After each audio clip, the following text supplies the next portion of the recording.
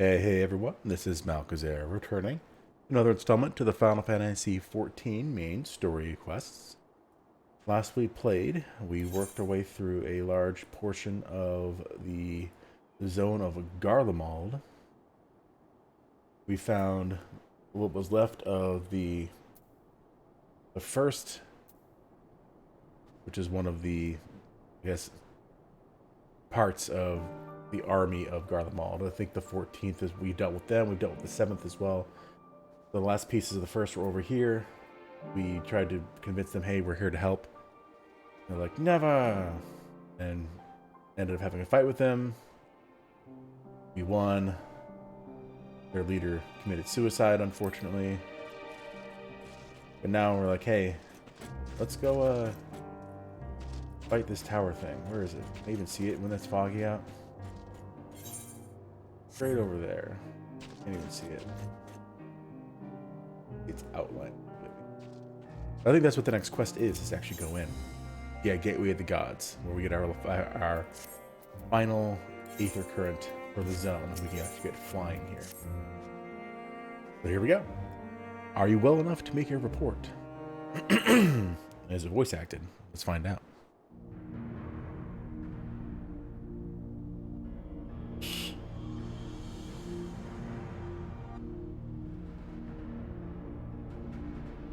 Oh, that's right. And the primal that they are using in the Tower of Babel, his name is Anima, which is a Final Fantasy X reference. This Anima was summoned with the corpse of Emperor Varus. Does their depravity know no bounds? It seems not. More to the point, we can surmise that wave of ether issued not from the Tower of Babel, but from the primal lurking within it. A primal whose cry rang rather more loudly in your ears than ours. If you were taken to the tower itself, then this proves beyond a shadow of a doubt that it is the beating heart of the Telafroy's machinations.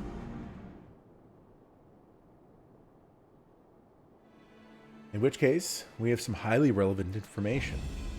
As many of you know, ever since we dispatched troops to free the Leviers, we've been developing a plan to infiltrate the tower. Can't even see it. According to Thancred and his scouts, the main structure is lousy with tempered and enemy magic tech.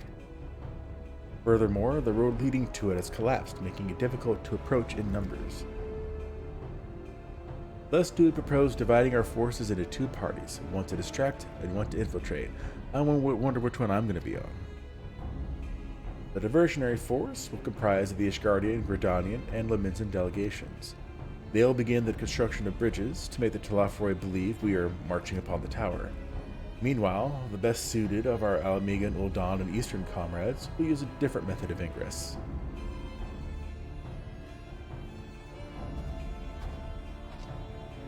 Look here. The facility marked in red is the Enceladium, a vast magitech manufactory, in ruins now, of course. The freight tunnel connecting it to the erstwhile Imperial Palace remains intact. While the Telafroy's attention is elsewhere, our infiltration force can use it to enter the tower undetected. Be aware, however, that the underground rail network remains very much operational. The Tempered are using it to bring supplies to the tower even now. If we can carry their materiel, or if it can carry the materiel, it can carry us too, providing we sneak aboard unseen.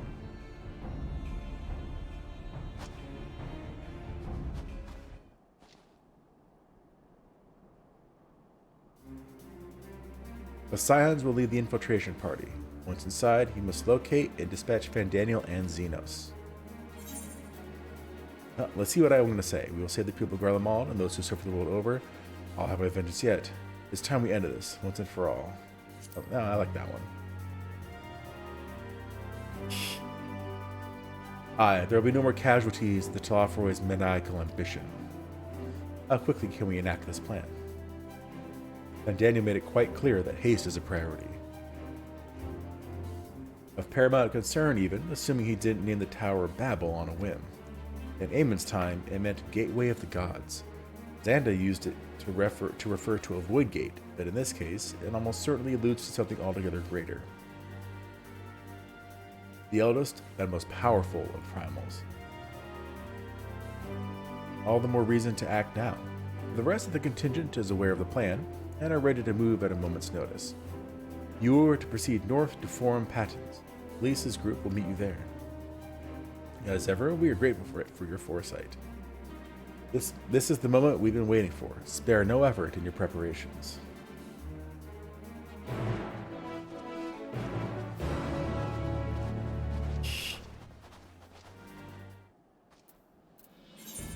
And I know there's quite a few more quests, because this is only a level 83 quest, and this zone goes to level 90, or the expansion. Alright, time to travel.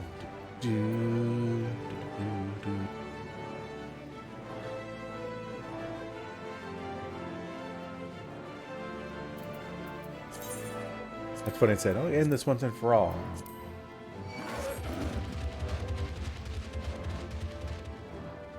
And this music is just going to play the entire time, even though I'm running through combat.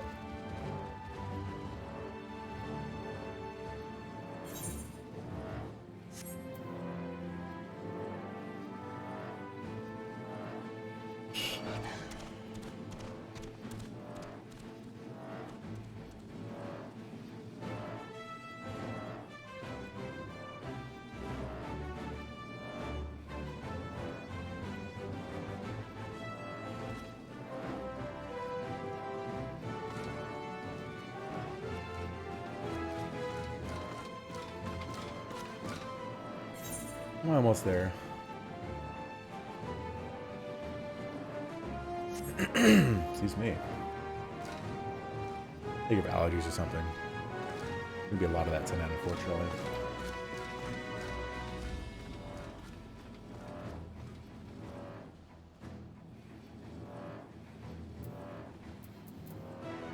Alright, here we go.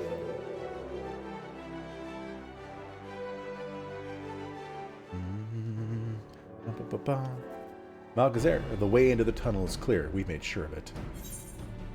Which you made sure to bring a coat instead. We best hope to get in there before we freeze, especially you.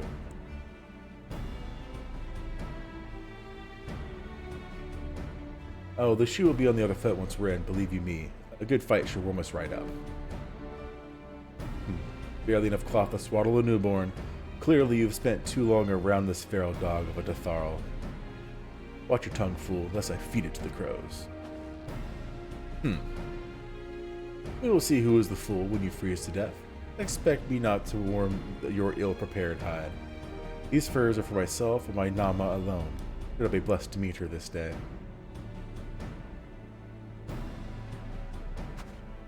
As if any woman of worth would wish to be warmed by you, little son. Did we find such a warrior within, she'll bask in my glorious flame. Blood each other's throats. Stop, both of you. Save your fire for the enemy. As for extra furs, I have plenty to spare somewhere on my body. As do we. Nobody has any extra. What are you talking about?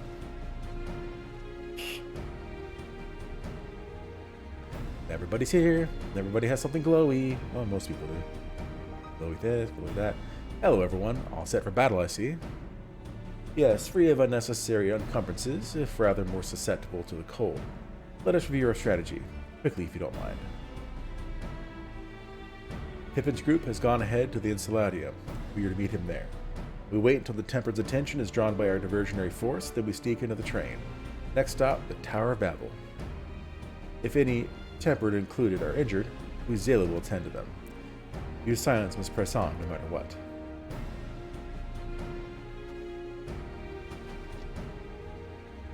We should avoid moving as a group until we're underground, so we'll need to make our own ways to the Enceladium. Be there. Forget Estinian. I'm just gonna cross my arms. That'll show you. A lot of robots around. Automated Avenger. Are we going to assemble?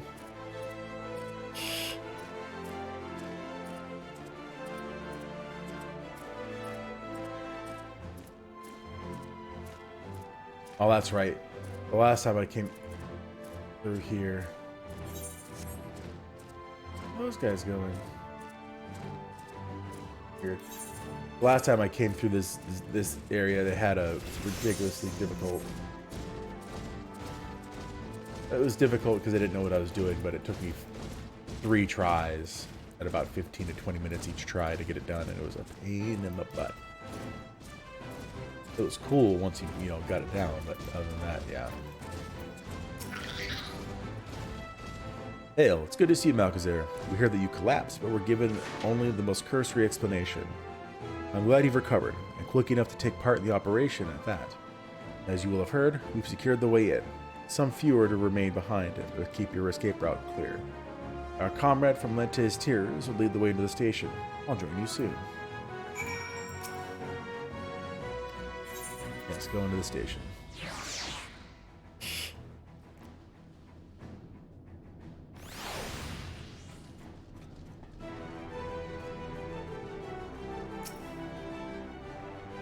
Wait.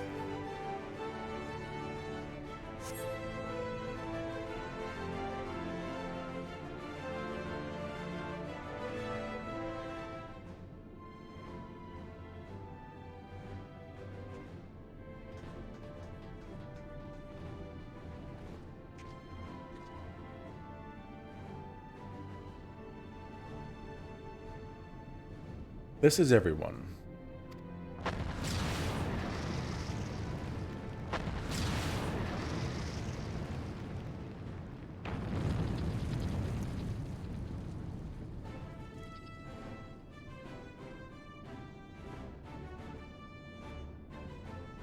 Consider the enemy well and truly distracted. Time to go.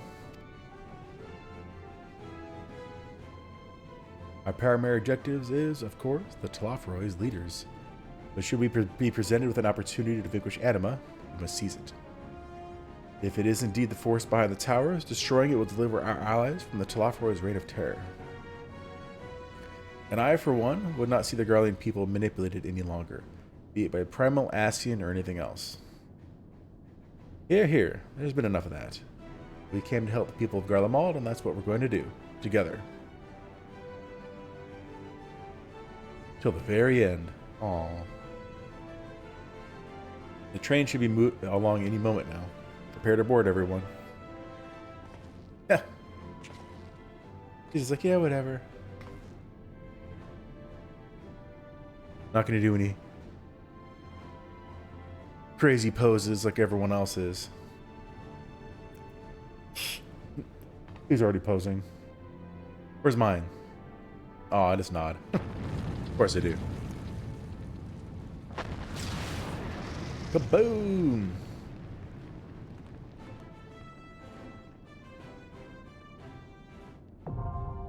There it is, dungeon time. I could probably do it in a trust. Yep. Let's do that. Form a party. Let's see here. I have lots of options. Nope. And yeah. Right then. Sucks I never get to see what Thancred says, because I'm tanking and he can only tank. I'll take Alpha now.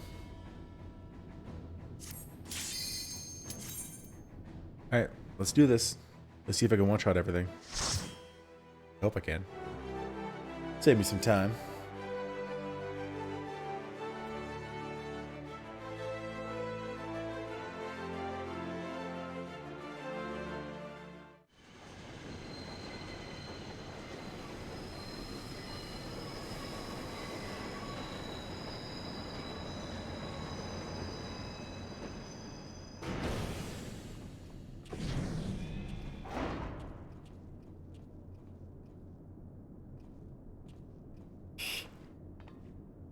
Now or never.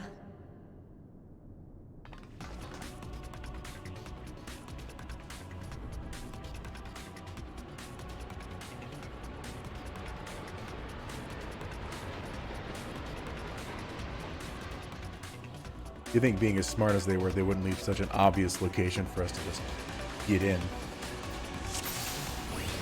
Everyone's here. We better clear the train of threat before we arrive, or things could get nasty.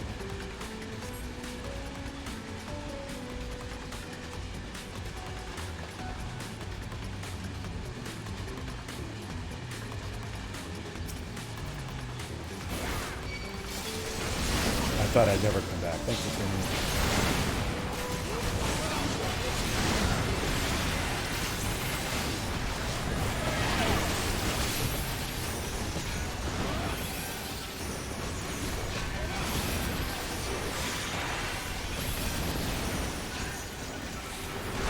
Meteor.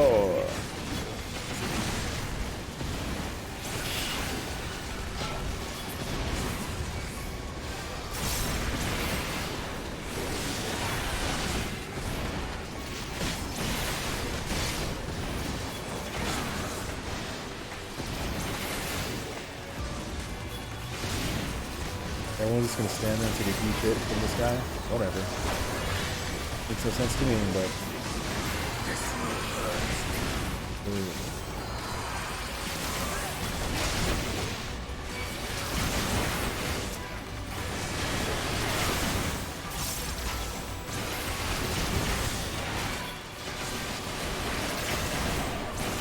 Ready to fight everybody up here?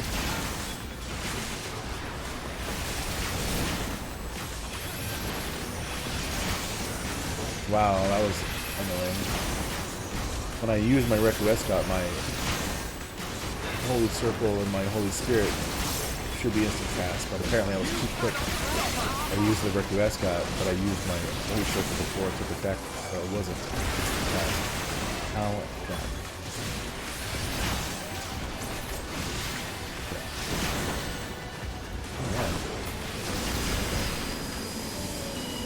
We're slowing down. Our destination must be close.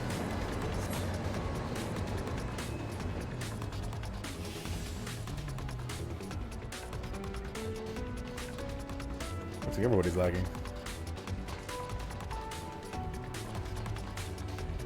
Look, captives. Help me free them. You may leave them in our care. Okay. Bye.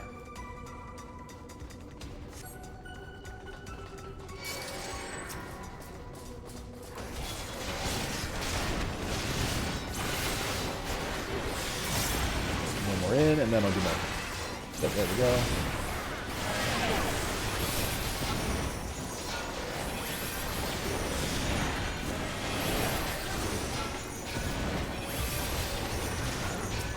Confiteor.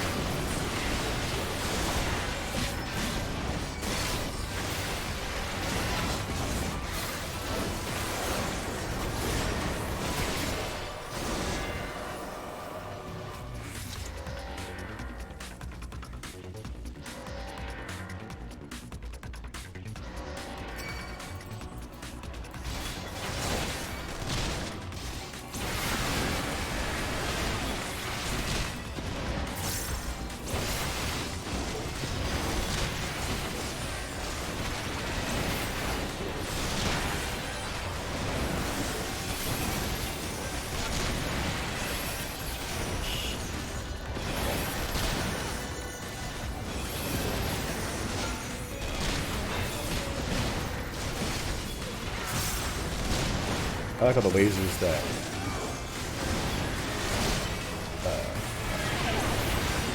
Alphinaud is throwing out. All because it's a sage now. One of the new classes in this expansion.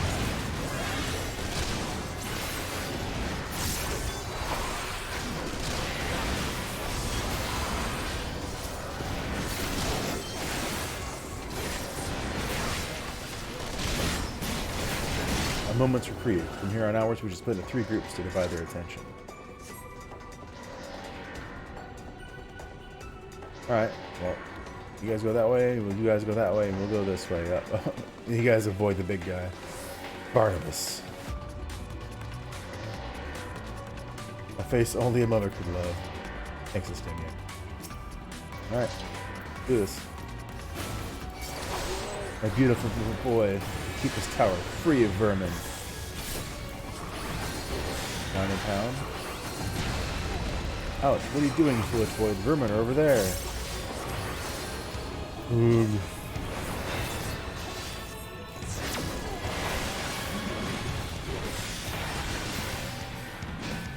Does he even, what am I watching? Does he even know from friend from foe? Of course. Not paying attention, I'm more reading over here.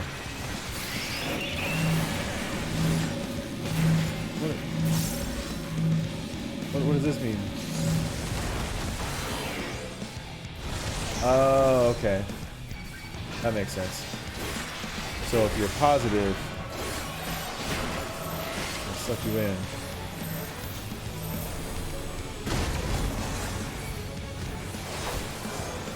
Like I said, it depends on what he is.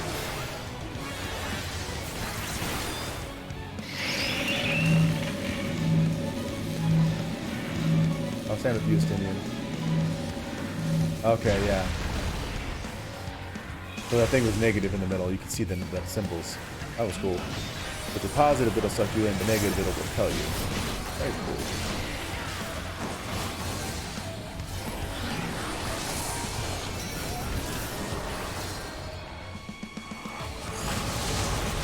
Then you do my Confiteor.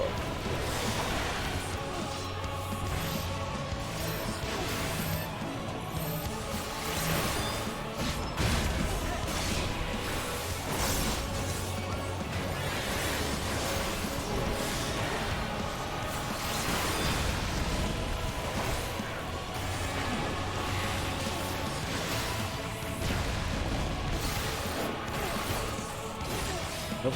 Get out of here.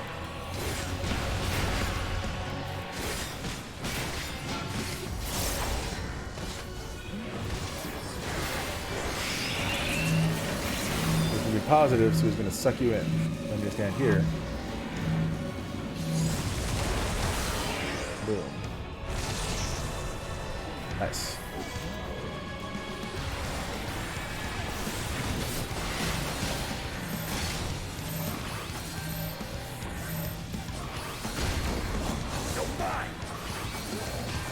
Confiteor. We do another one. Alright, so it's going to be negative again. I'll go over here.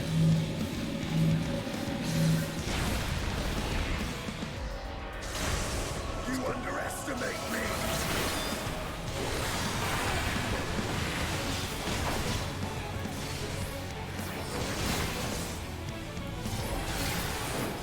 And finished. That Mr. hardly seems worth chasing.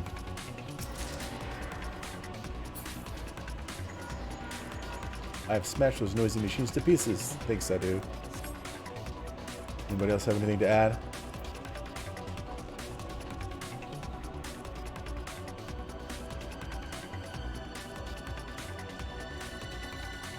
What could they possibly need such an enormous lift for? Even on the inside, this place has changed completely.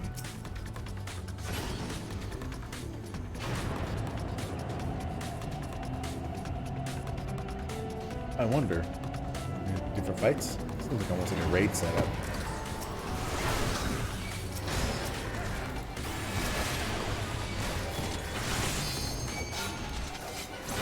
Enemies in here.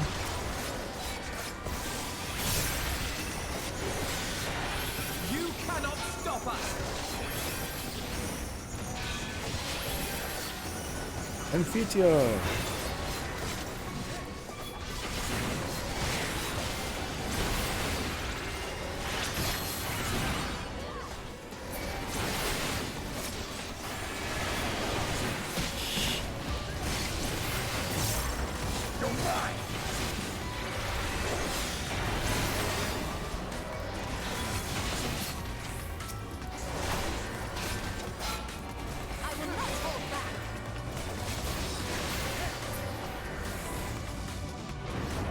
Defeated theirs at the exact same time that we did.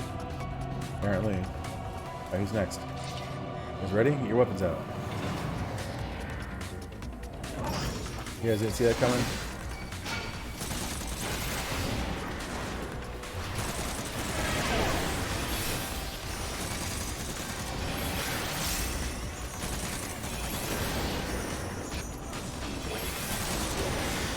Confiteor.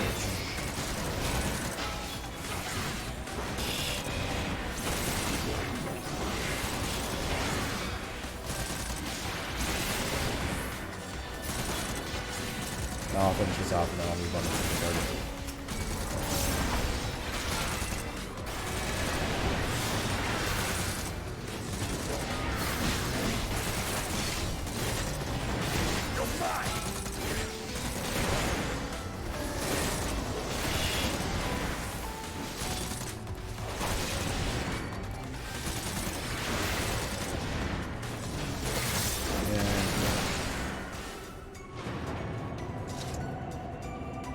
One more.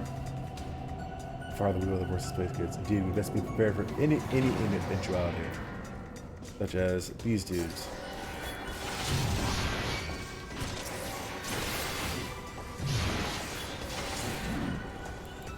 And there we go. Actually, no. This actually does do more damage on 2 targets when this has under like the rest got.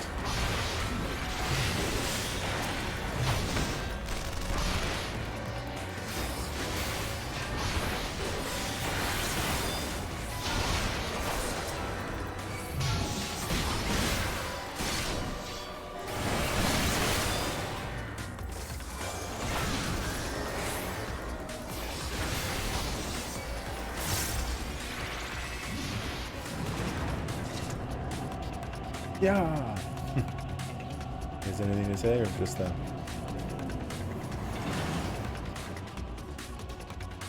Our paths diverge. And let us see who gets there first. Oh, I guess we're going this way.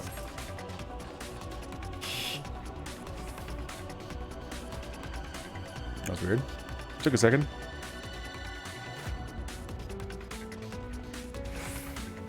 Treasure coffer.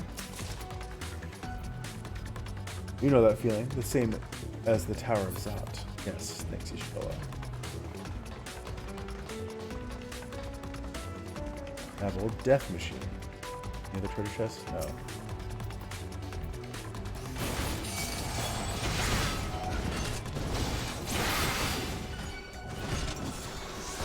I see Death Machine. I was curious if I can see Tiamat. That's from Final Fantasy 1.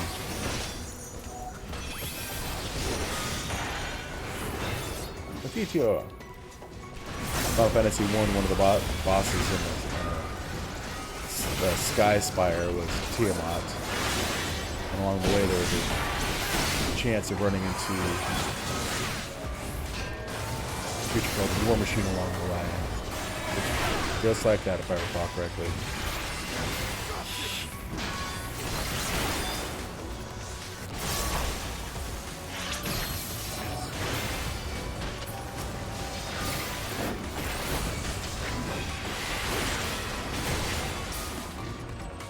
Okay. Another treasure coffer. We haven't even got to the second boss yet. Are any of these better than what I have? No. There's the second boss. Luge. I sense living ether. That is no mere machine. Looks like it has something to do with the buttons on the ground. This one shrinks you, this one makes you grow. I guess we'll see. Do this. I'll teach you to underestimate my genius.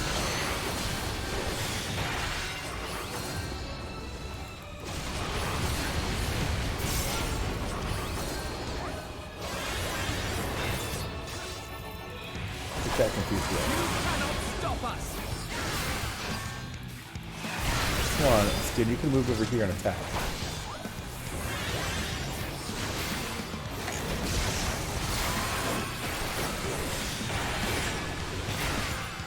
Look upon the face of fear.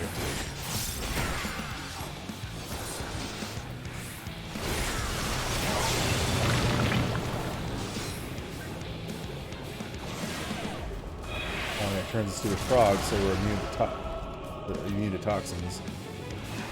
And we just have to run around and avoid it. Avoid the damage while the... Yep.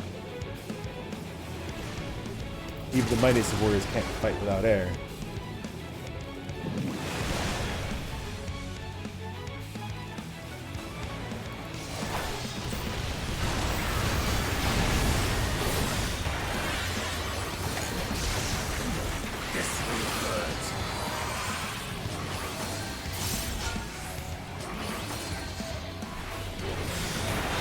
quite like good old fashioned explosives.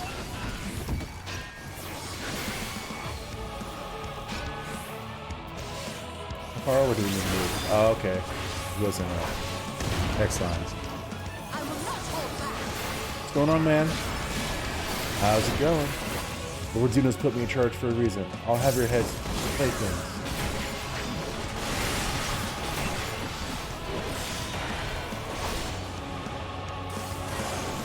It's gonna be. I have to be underneath the things so they don't hit us. So they shrink us down. Funny.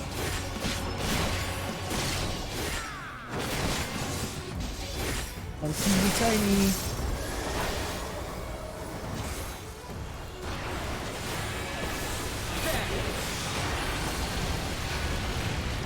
Oh, boom! Look at all them explosions.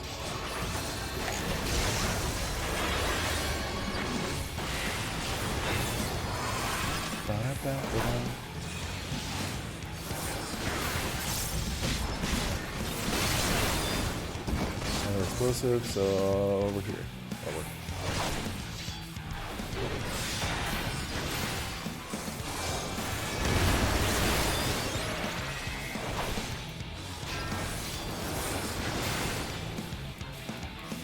Downpour, is that going to be the poison one again? Yep, so go turn into a frog so you are immune to it. And then run around. Pew pew.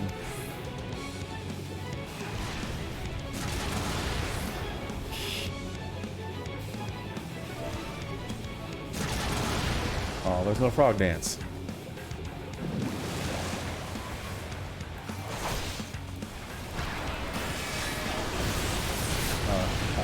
Curses, you may have bested me, but you're no match for Lord Xenos. A fitting end for one so depraved. Anything good? Nothing for me. Okay.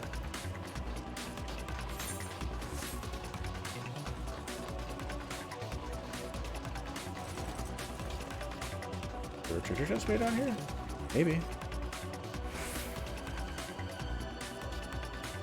Nothing at all.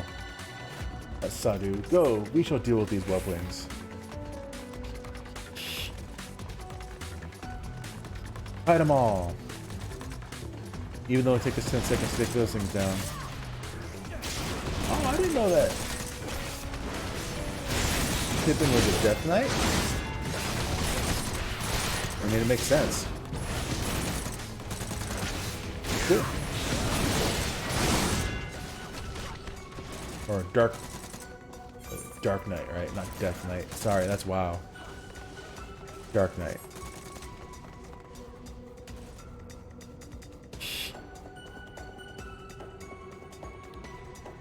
It makes sense. We're heading in the right direction. Alright. Let's head in the right direction then. What's going on, Divergence? How was your evening?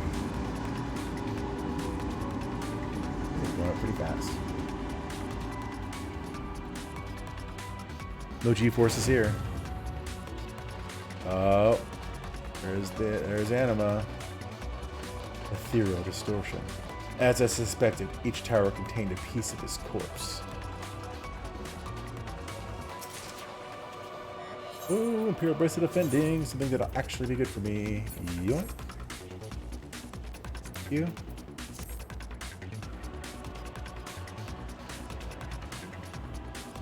This is cool. Alright. Let's keep going.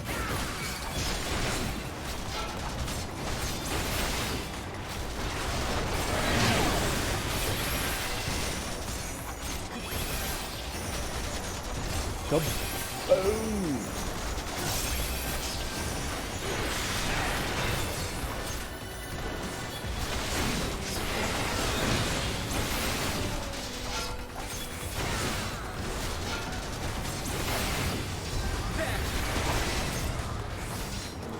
Yeah, you tell him, Alpha now.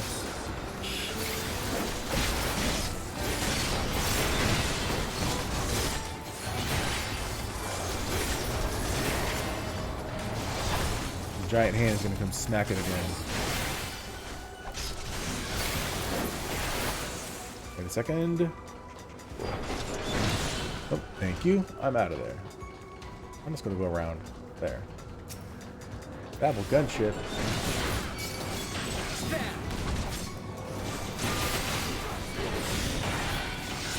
Hit them all a couple times. Boop, boop, boop, boop, and this.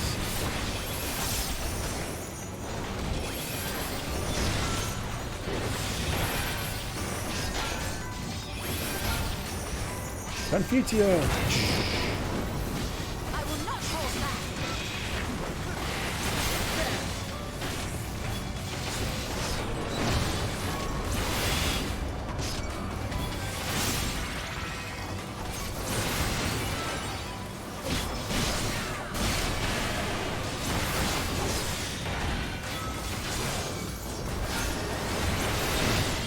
I'm the single target.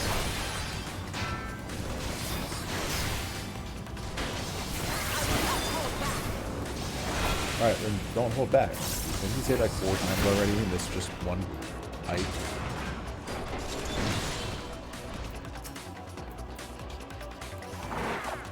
You guys come over here. Back it up a little bit. Come here. Gloves Come here. off.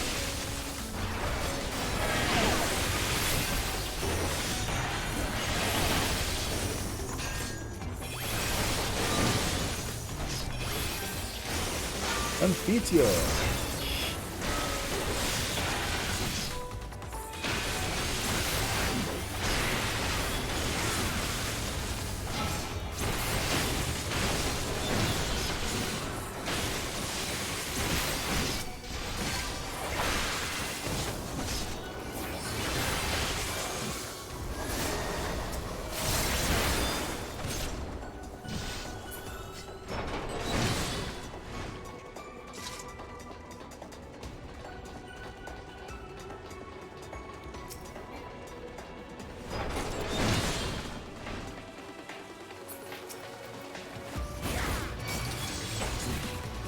Babel Hypertune specimens. How big these guys are. They're huge. Boom, boom, boom. Come on. What's the best spot? There we go.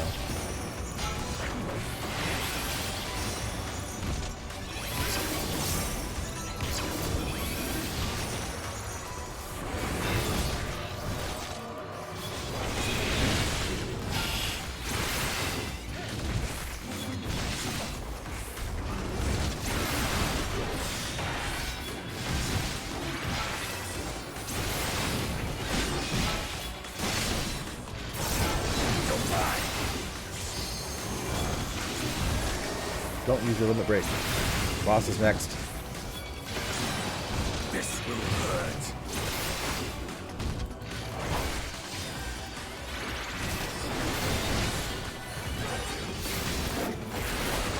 Alright. Now we can fight the final boss of this dungeon. Look at him. Anima. Final Fantasy X. Weren't we talking about this the other day, Divergence? This dude right here.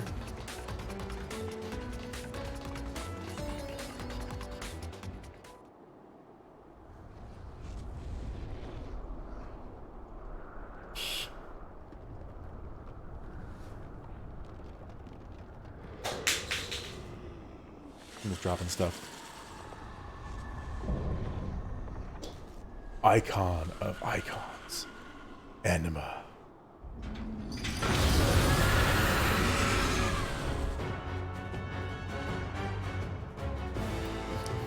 Justinian, no more games. This ends here. Indeed, let us expunge this blight once and for all. Now the music got good. Alright. One more puff and then we'll get in. Let's do this, guys. Oh, dang. Are you gonna blink at me? Lunar Nail. Let's attack them. Meteor. What do we do? Okay, how did I know that was going to be where those hit? I didn't. Mega Graviton. Okay, I got you. It's everybody. Cool.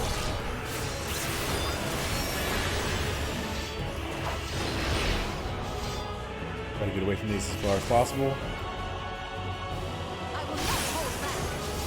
will not hold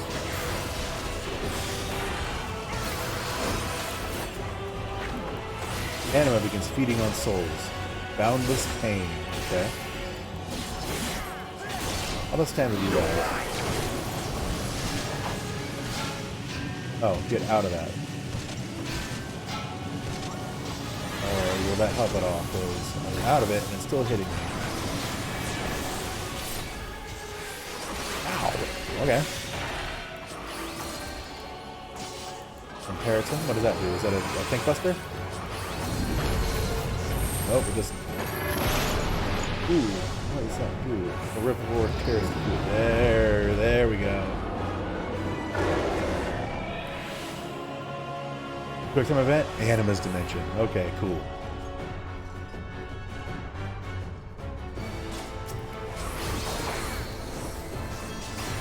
Wheels of Limitation call forth chaotic energy.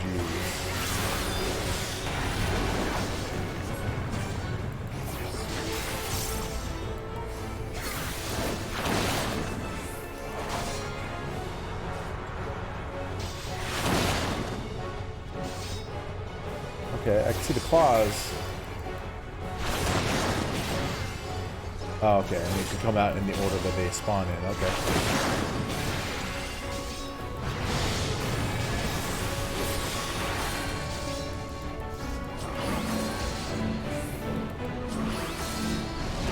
What does that mean? I should have done it before.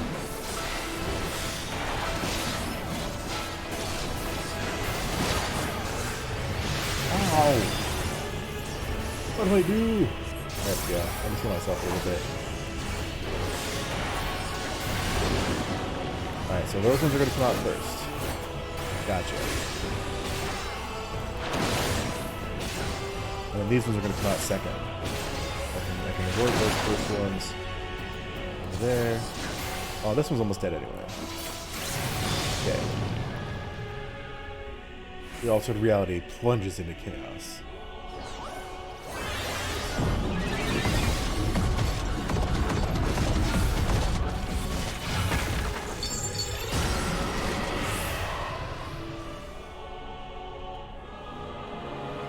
This is one of those ones you probably wanted to read before getting into the fight, but I don't need that nonsense.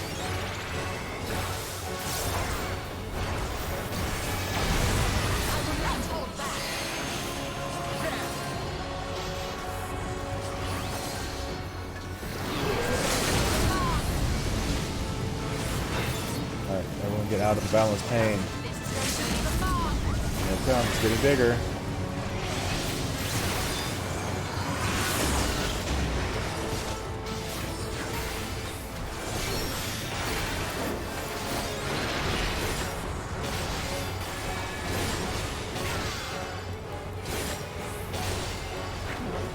Good or nail? Okay, I'm gonna pay attention to him this time and see if there's any indication where I should stand. Okay, yeah. There wasn't one over here, so there was a safe spot.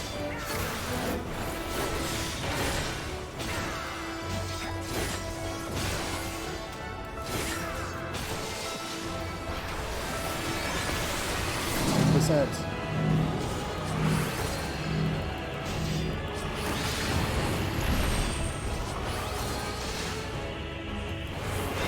Boom, take that, Confutio. Mega Gravity. That's gonna hit everybody, right? Yep. And it should be done very quickly.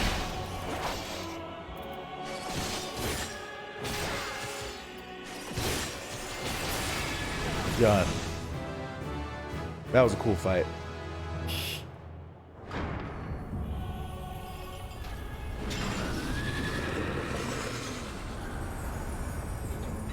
Glory, glory, glory be.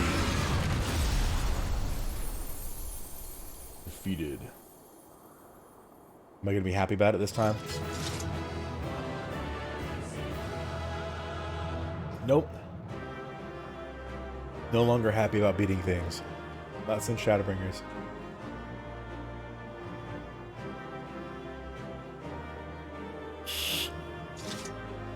Ooh. Action learned. Expansion. Oh. I'll check it out when I get out of here. All the stuff I just got. Ooh. I got 3 upgrades from that fight. Not a huge upgrade, but it's an upgrade nonetheless. This one though, yeah. What? Update. Yeah. Actually, let's see if there's anything they said before I did that. Nope. Okay. Now let's get into the cinematic for it. The cinematic for the ending of this dungeon. Sorry, not the whole thing. I'm not done yet. Not even close.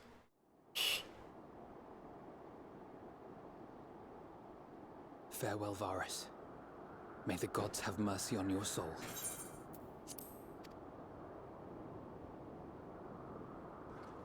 Come. The other two await.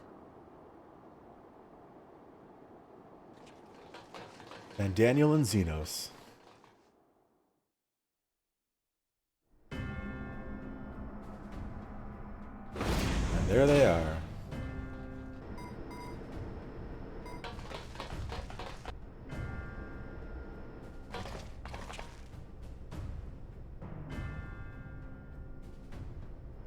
This madness ends here. Oh, hush. This is the best part.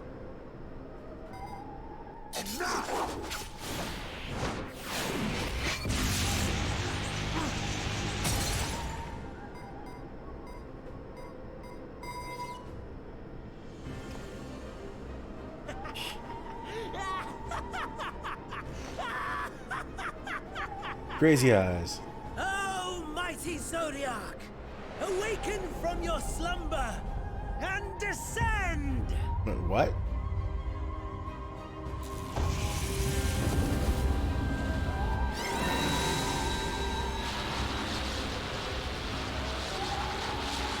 Some manner of magical defense?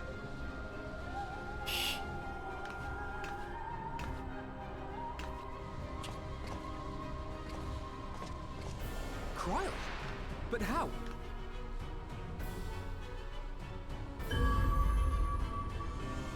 The shackles that bind my adversary will not be so easily broken. Idling! Feeble relic of a forgotten age! Hark!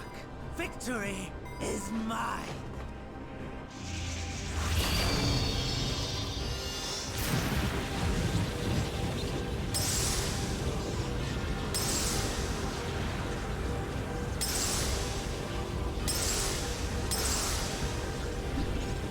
No. Haha. Wasn't enough.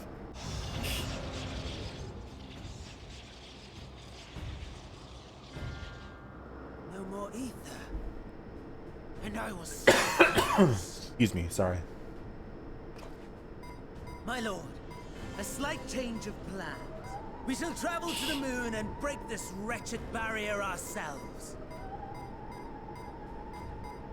Whatever it takes. Get him. What was that?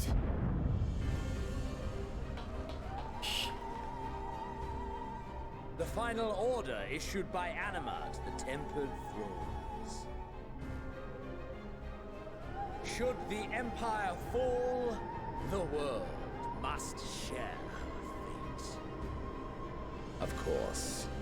Father lacked the conviction to give such a command. The abomination born of his flesh was but a puppet, and I the puppeteer. You madman, you monster! There's a funny joy in watching your flailing attempts to fight the inevitable. You're all going to die, and they're powerless to prevent it. Try again. I'll get you.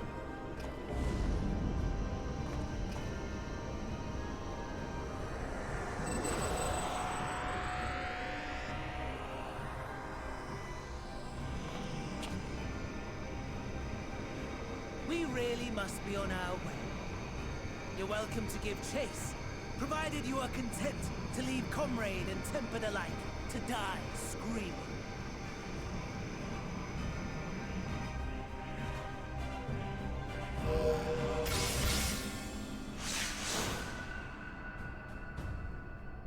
How can I can understand how Fandango can survive on the moon, but how about Xenos?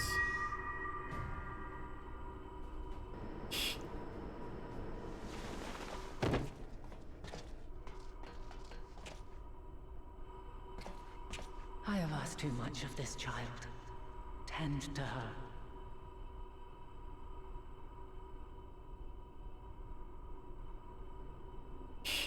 The last brand at Mare Lamentorum is yet unbroken. Zodiac remains bound. Like, all of him?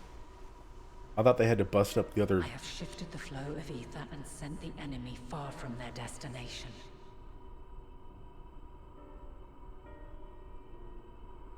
Now, I shall divert it once more.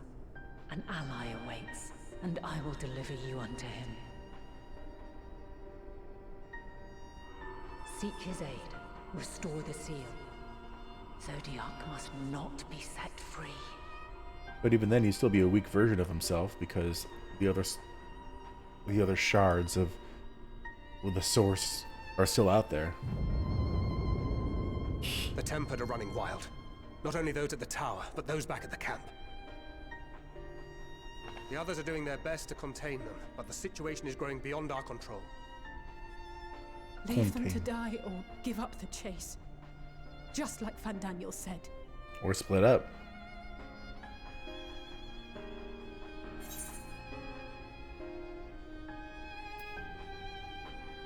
I'm the one that Xenos wants.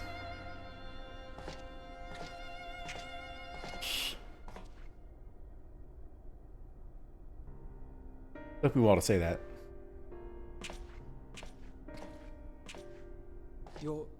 You're going alone? I have to.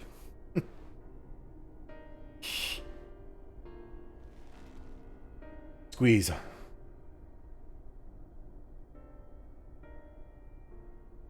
You have our trust and our faith.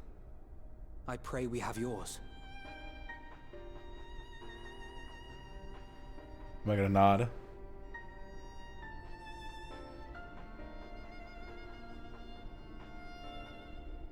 Our friends in the Tempered need our help. We will save as many as we can, I swear. Once we have matters well in hand, we'll join you on the moon. Until then, be careful. There's no telling what you'll find. That was a cool looking shield I just got.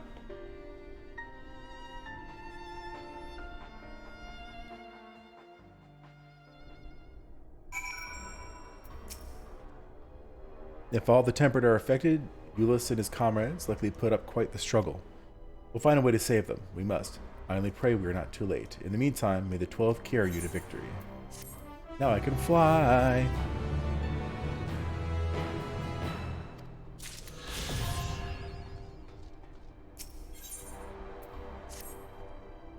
My apologies, I was lost in thought. This device is a Valagan design, which leads me to think I was right about Fandaniel. No matter what he claims, he still has an attachment to the trappings of his past. Whether knowing this will make your path forward clearer, I cannot say, but bear it in mind. But let us turn to the task at hand. As Heidelin said, the flow of ether will transport you to Mare Lamentorum. We must hope this ally of hers can provide you with the necessary assistance to restore the seal before Xenos and Fandaniel will arrive to stop you. It seems we are ever one step behind, but I have faith you'll make up the difference. Know that whatever awaits, our prayers are with you. Now go, beyond the sky.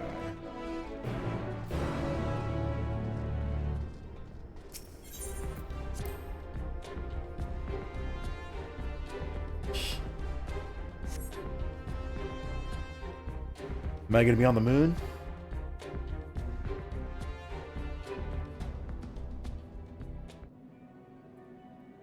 Long, long before Dalamud was forged to imprison an Elder Primal, the eldest of them all, savior of the star, was sealed within a moon of his own.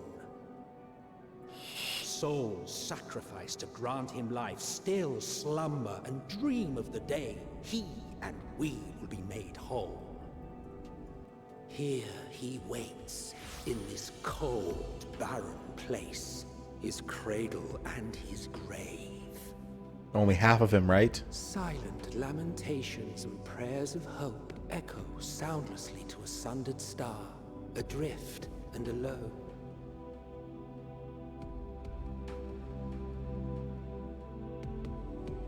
Oh, this is a whole zone.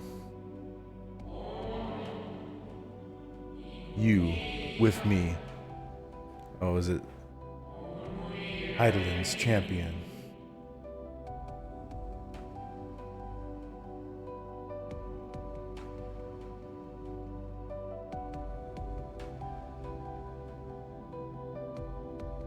How can I breathe? I know I can breathe underwater, but how do I breathe up here? 1 second.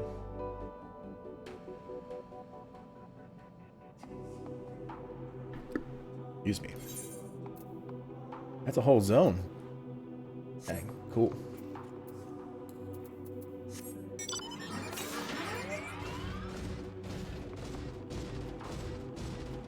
Cool. I'm gonna grab this first.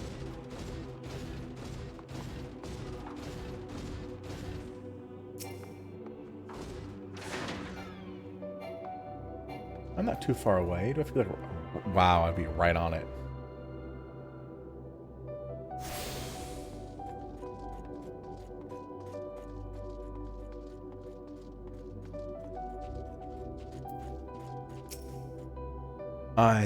I return. I must return.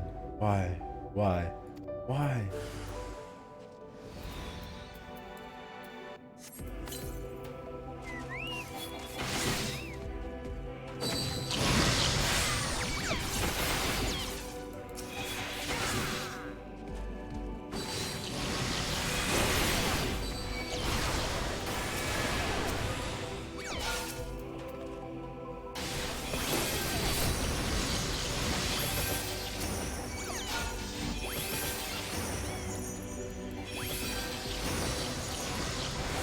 Unfeature.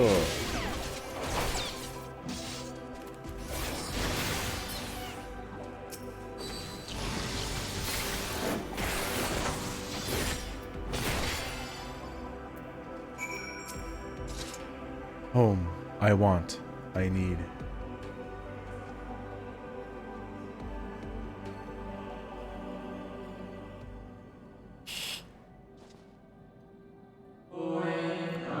Mustn't touch in cerulean halls. Find me. There's only one place to go, so obvious location.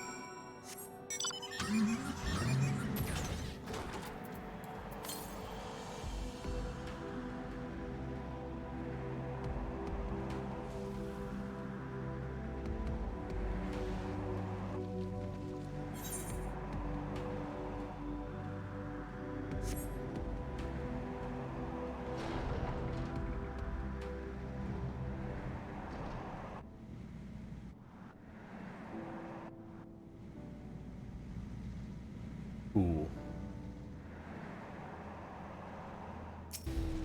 Hopefully they explain. It's like, how can he be sealed here when all of his pieces are sealed? I don't get it. Hopefully they didn't do some weird retcon. No steps echo through this looming spire save your own, but you nevertheless sense a presence above.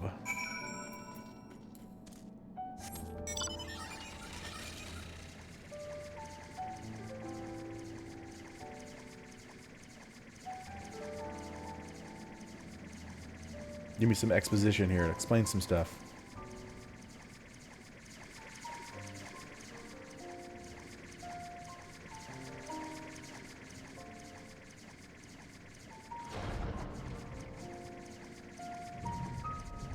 Whoa. Is that Zodiac?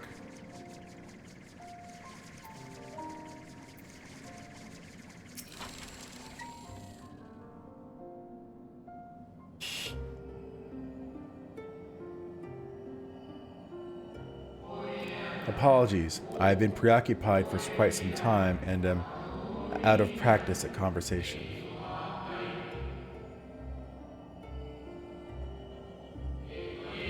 Ever since this moon was created by Hydaelyn, I have served as an integral part. I am the Watcher.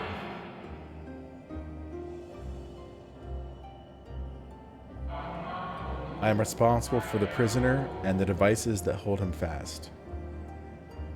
It is hard,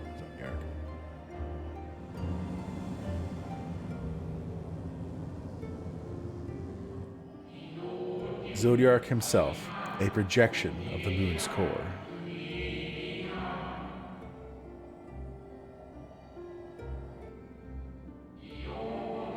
Though rent asunder by Hydaelyn, he grows more powerful with every rejoining. 7 there have been. 7 too many. Though this is where he is, but like okay, this is where his body is. His power is everywhere. And yet, for all of his servants' machinations, he remains incomplete.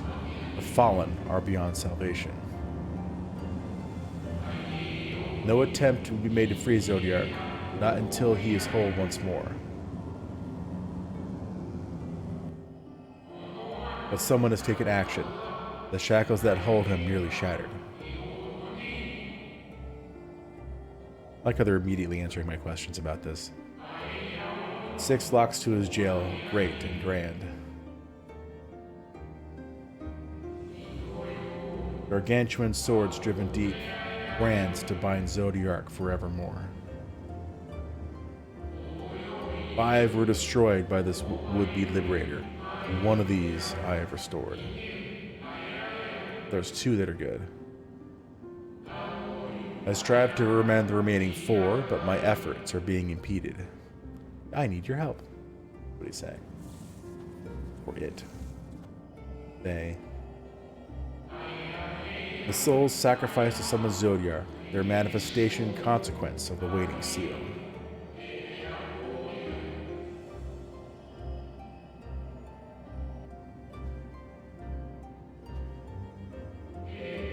They labor in opposition to my work. They must be expelled for the preservation of all.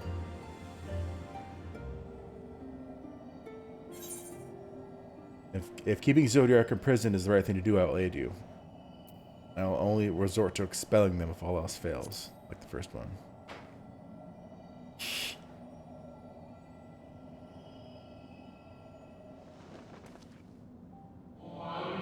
What is right and good?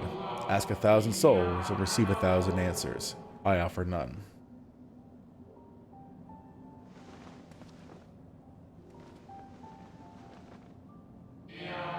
I am the Watcher and the Jailer. I am not the Judge.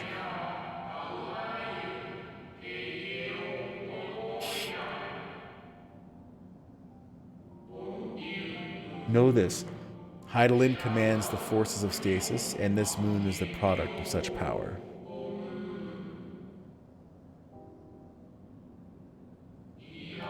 So long as Zodiark remains imprisoned in this place, no more sacrifices will be made in his name, nor will those souls rendered up in his name fade into oblivion.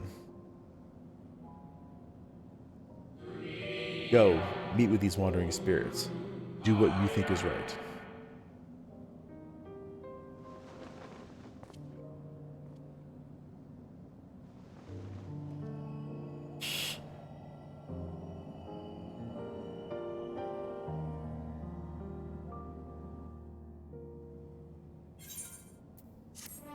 Complete. Let's take a look at my new abilities real quick. And the sword. As a spinning blade. Alright. So it says I got a new ability called Expansion. What does this one do?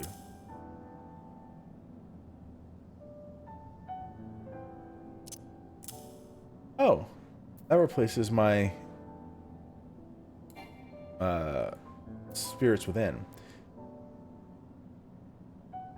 Okay, what else did I get?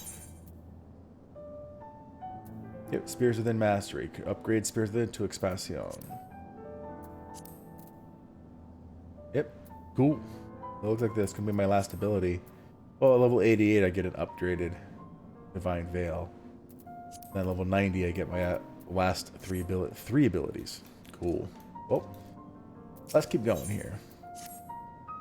You must confront these lost souls, yes, but you need not expel them by might of arms. A feathered touch, a firm word, simple methods may send them away, faint echoes as they are. Where the strength of sentiment that drives them, however, emotions that do not fade even with the passage of centuries. They make haste, though yet distant, unwelcome guests draw closer.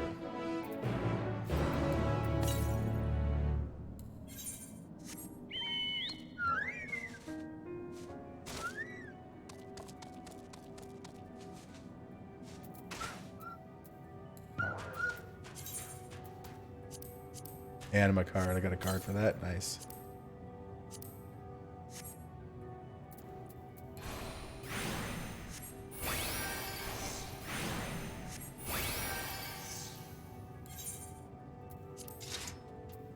All right.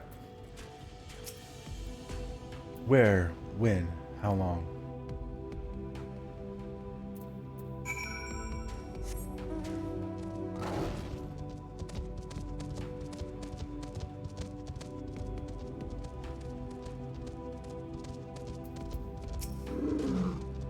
Was it truly so long ago?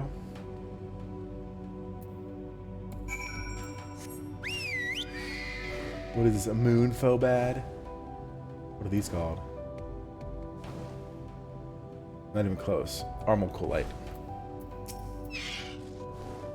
We were happy, at peace with the star. We nurtured it, helped it grow, with our will, our creations.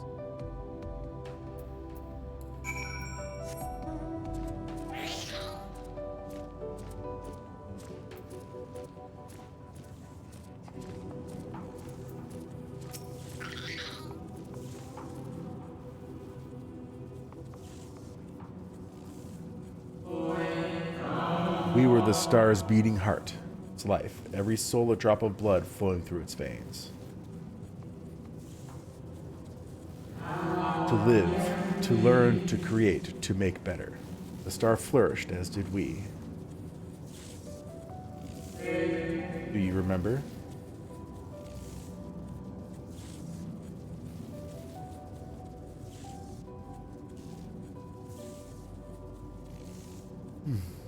As the whispers die, the final spirit fades. No shadows of times long lost remain around the drowning brand.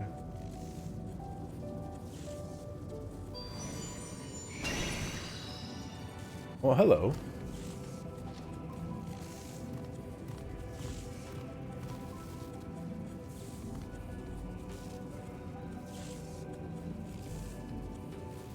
An unusually lustrous dog is gazing at you with what seems to be fond anticipation.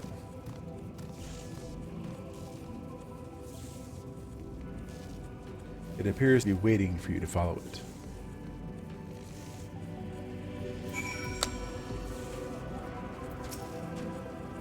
Try not to fall behind.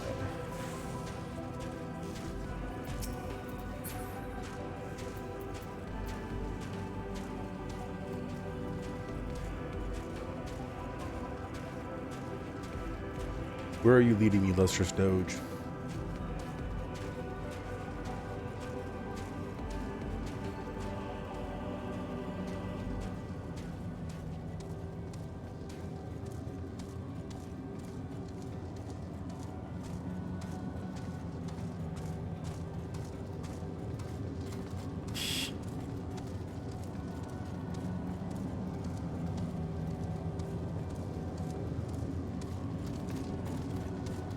Cool.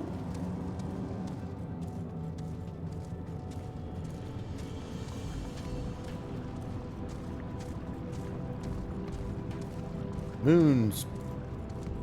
I get some moon mushrooms and some moon whatevers.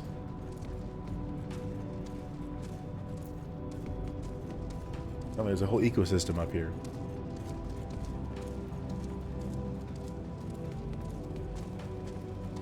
That just brings back some Final Fantasy IV vibes, because in Final Fantasy IV you go to the moon too.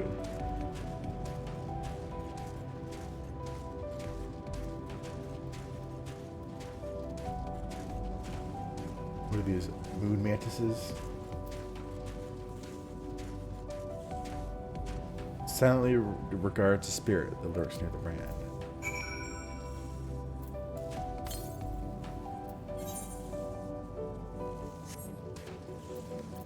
How many are there here? Probably not very many. That'd be nice. We and the star were fulfilled, wanted for naught, mourned for naught. So why? Why did it have to end?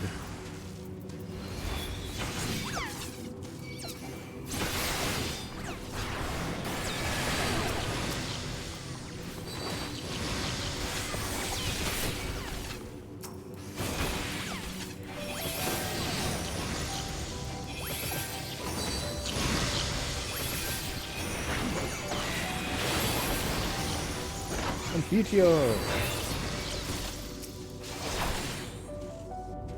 Get him. Oh.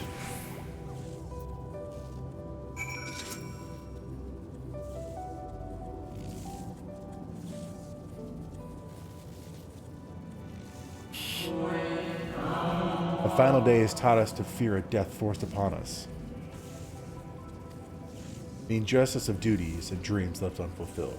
The grief of unexpected partings, swift as darkness, cold as ash. Such tragedy, yet no catharsis. Such truth, yet no consolation.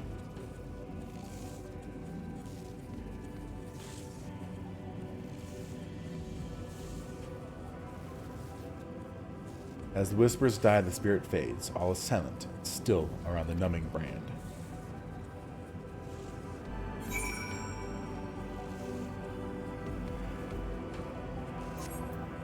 We'll talk to the pupper again. Welzer's dog is once again staring at you expectantly, and who are you to deny it? Follow and try not to fall behind. Can you not go through enemies? That'd be wonderful.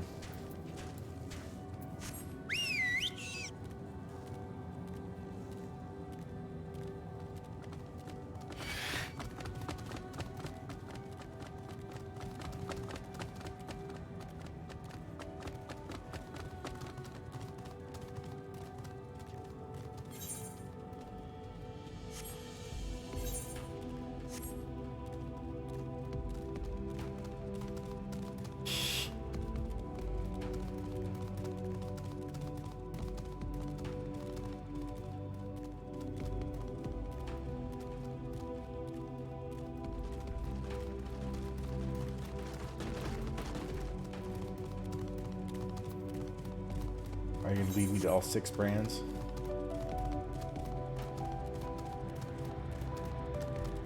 Is that a... Yeah, it is. It's a moon cactuar. Moon cactus.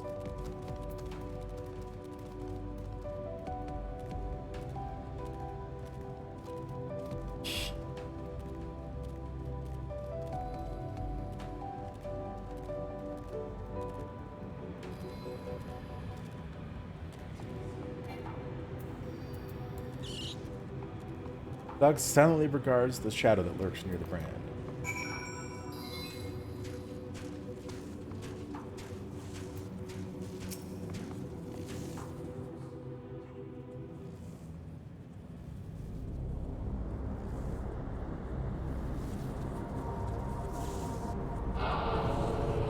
Our perfection came crumbling down, such overwhelming despair. In that moment, we knew the end was nigh. The faintest glimmer of hope remained. We gave our lives that others may live. We gave ourselves to Zodiark.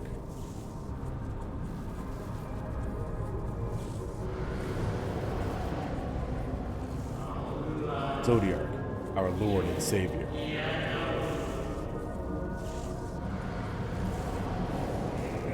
To forge our world anew.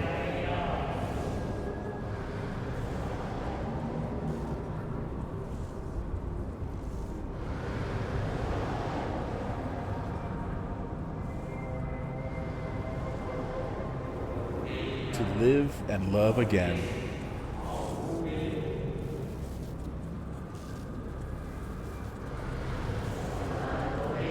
Become one with the star.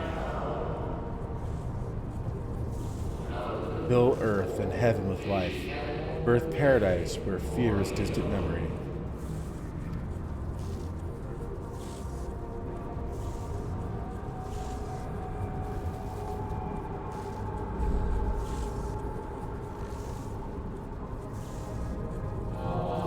Pardon me, would you be so kind as to step aside?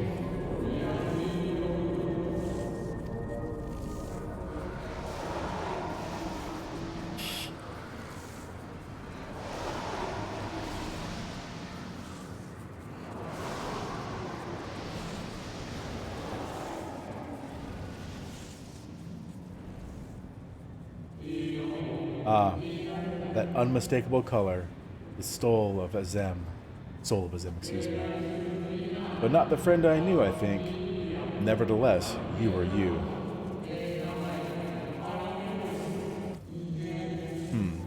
So, Emmett Silk meant for you to have it. You seem surprised. Why might that be? We meet again, Hyphlodius. You're the receptionist at the Bureau of the Secretariat, correct?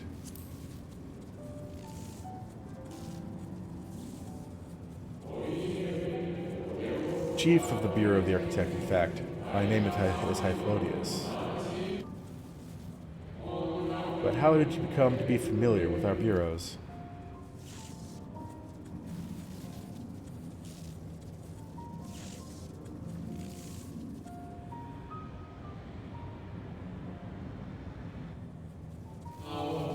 Emmett Silk created a shade in my likeness, and not only me, but all of Amarot? How very like him. A slave to sentiment, even after an eternity. As you may have guessed, I am different from the shade you met before. No mere approximation, but the original. A soul sacrificed to Zodiark. We remember in vivid detail the events leading to our purgatory, the plans and plots for our resurrection, Heidelin's intervention, and Zodiark's and the Star's final fate.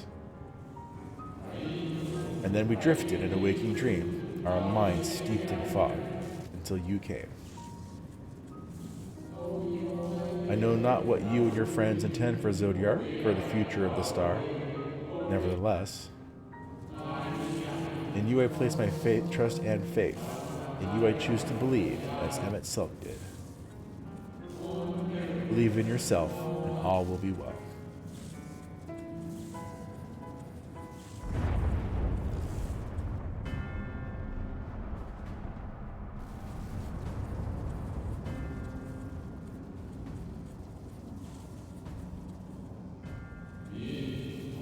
More new arrivals.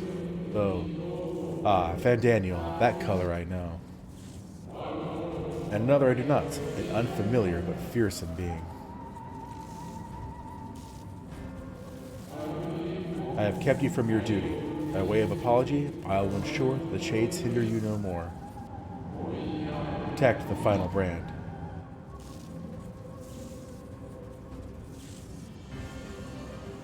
But don't you want the final brand to be broken so you can be resurrected? Very well, my new old friend.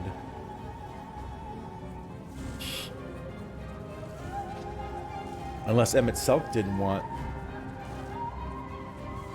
Zodiark to be resurrected, which is why he trusted in me, and that's why Hyphlodius is trusting in me as well. I don't know. Bum.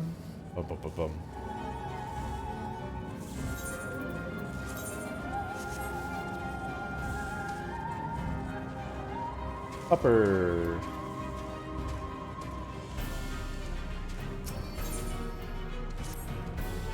The dog growls, agitated.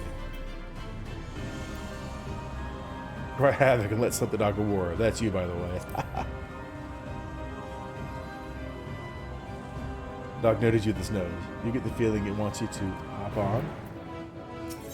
Ride the dog. Oh, we're flying now.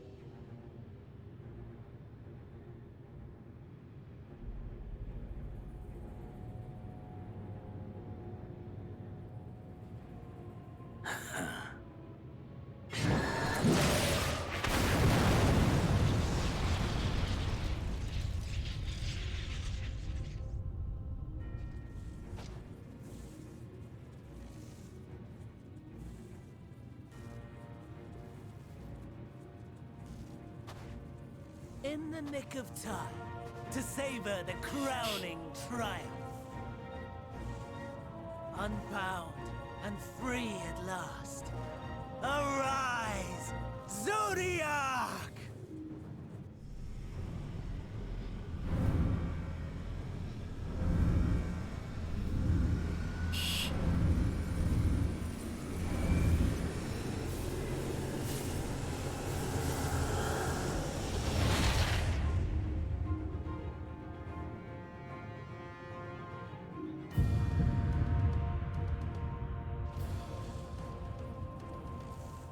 Did it fail?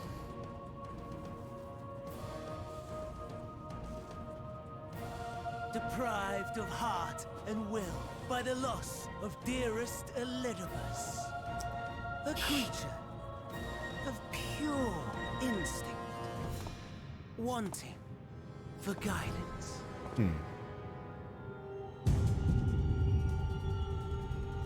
But powerful, oh so powerful, more so with every passing moment.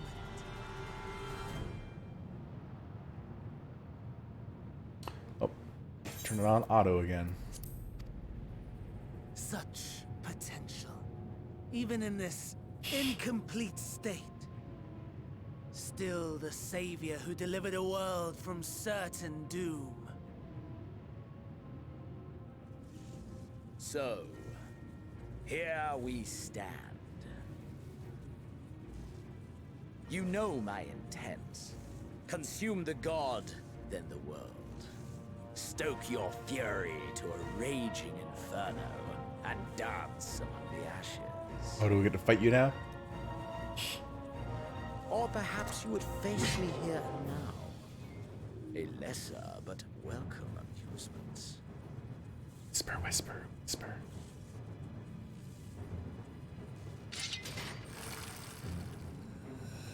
Yes. A taste to whet the appetite.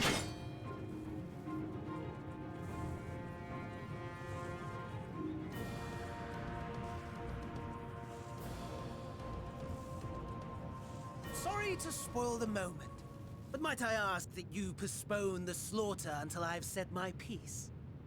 I promise I will be brief.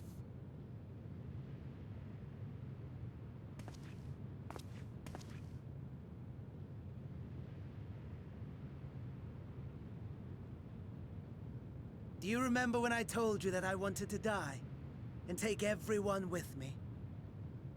I meant it.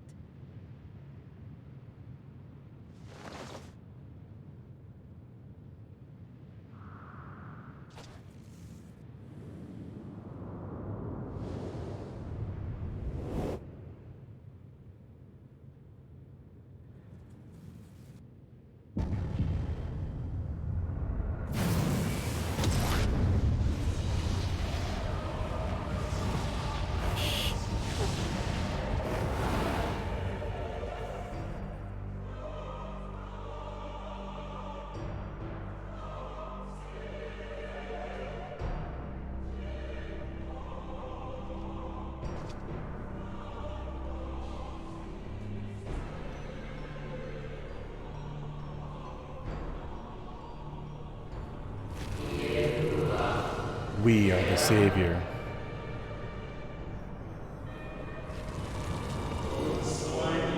We are the guardian, the keeper of natural order.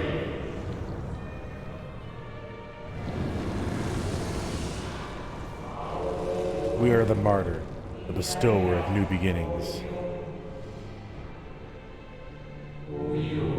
We are...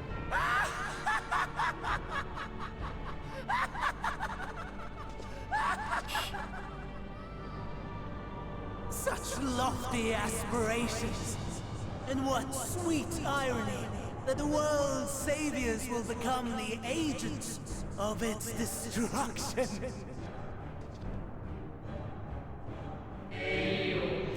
It cannot end this way. We must return and be made whole. We are the will of the star, now and forever. the greater good, for the sake of the world. Wrong! Lies and delusion! The dead have no power over me. You will be silent. Silent as the grave!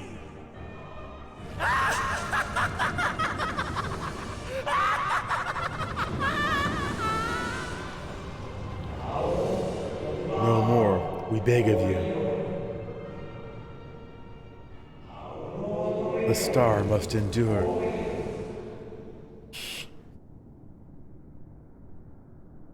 He's messing up everything. Squeeze. And squeeze. See that a lot too. Very anime.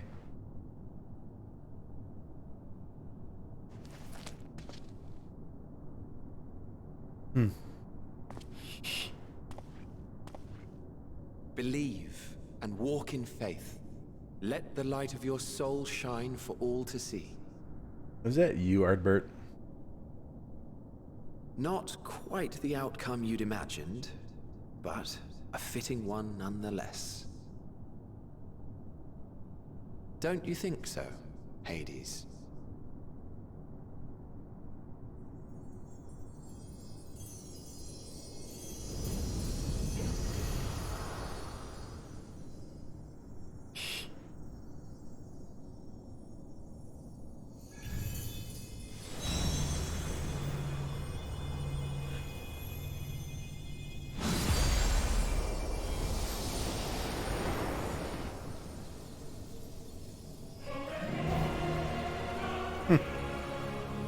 All I craved and more. Boundless power. Mine to command. Oh, I just get to straight up fight Zodiac.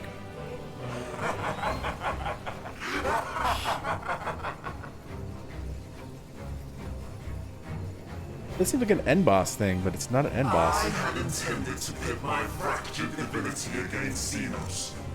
But a more tempting option presents itself. Well, you're gonna lose, so. The greatest obstacle to my ambition. You will trouble me no longer.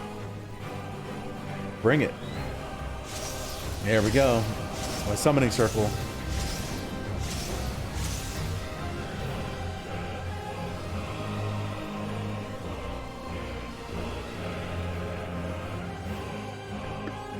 Excuse me.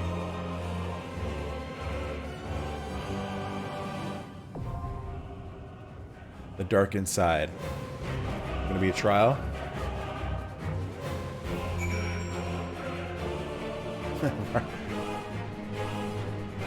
Gonna chill? Can I come look at you? I can walk through you. Alright, let's queue up for this thing. Hopefully it won't take too long. Zodiac shackles have finally been broken, bringing his millennia-long imprisonment to an end. His premature awakening is the work of Fantastic, who has cast aside his duty as an Ascian to turn the god of darkness against the very star he was created to protect. With Zodiac's unfathomable power at his disposal, he has selected his first victim, the Lord of Light.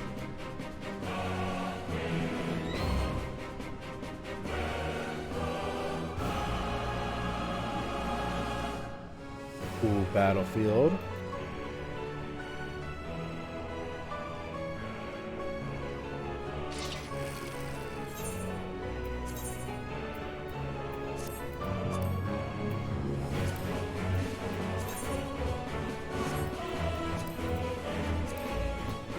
Good music.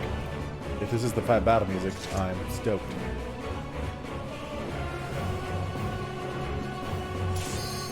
Oh, that didn't take very long at all. Excuse me while I fight this guy. I'm gonna turn this off before heading in.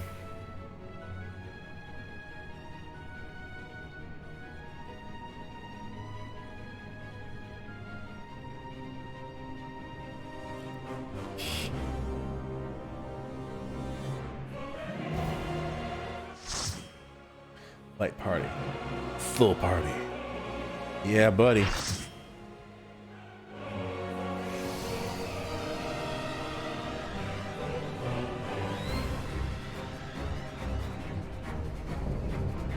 Eternal Darkness, Zodiac. What a cool name. Eternal darkness.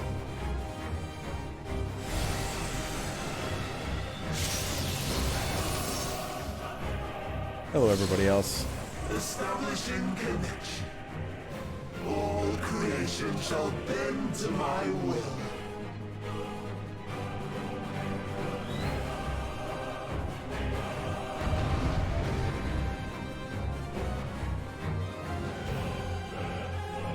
This is my first time. Let them know ahead of time.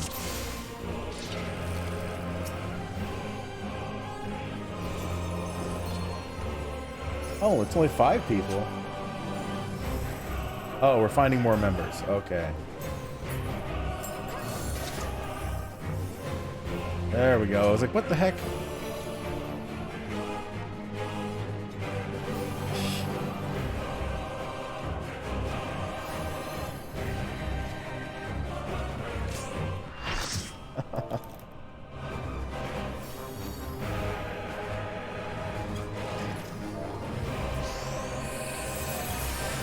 Well, hopefully this tank knows what's going on, because he has several level 90s.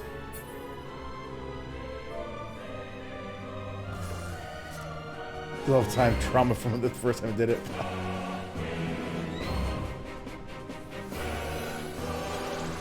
I'm just asking straight up, what do I need to do as off tank?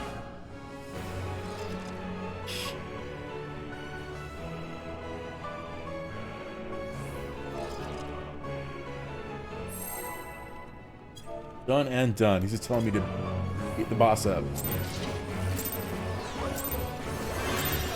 The end has come, and it will be beautiful.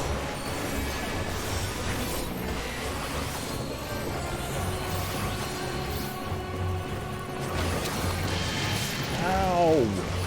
Look at everybody, dang.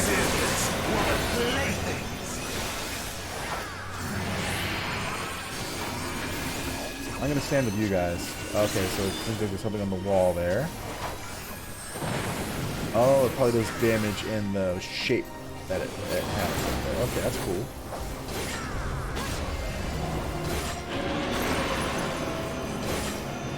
What is that one gonna be? A square.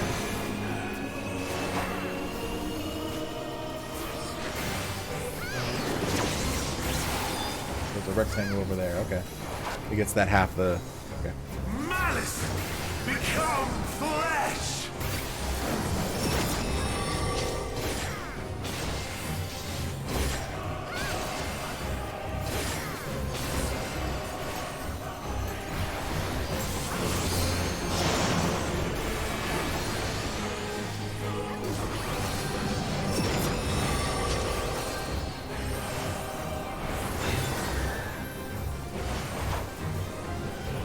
He's creating things.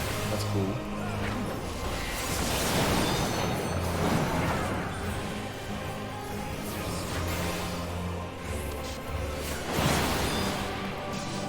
Will you live to see the end?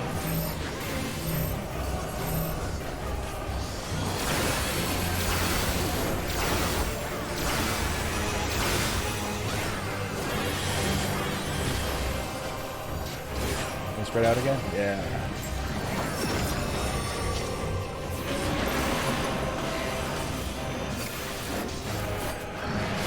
It's going to be a square, so we'll have to go on the other side of it. He's going to cover up that half. Yep, I saw that coming.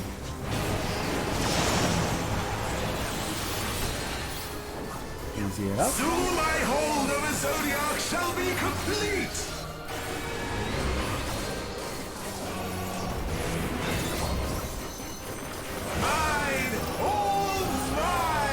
Complete control. Okay.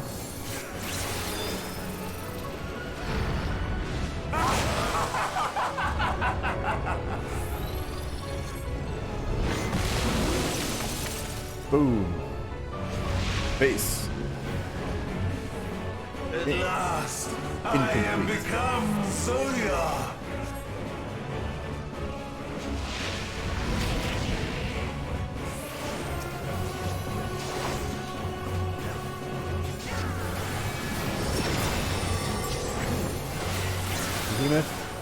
The natural order overturned. There's some arrows. What do those mean?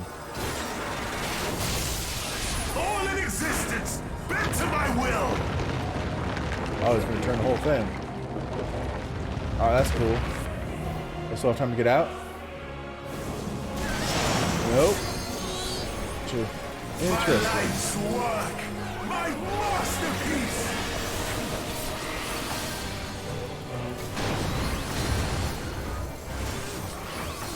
That was cool. So he turns the whole thing, and if you're in the AoE afterwards, it's over there.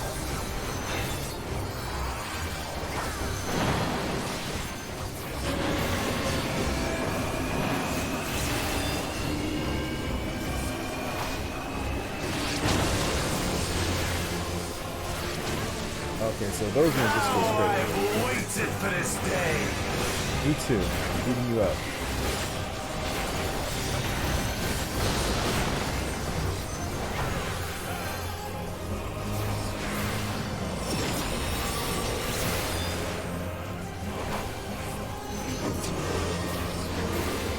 It's gonna turn again.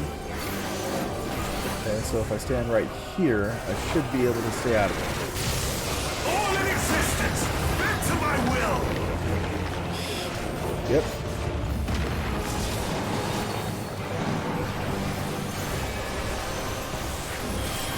The great cataclysm, faithfully recreated.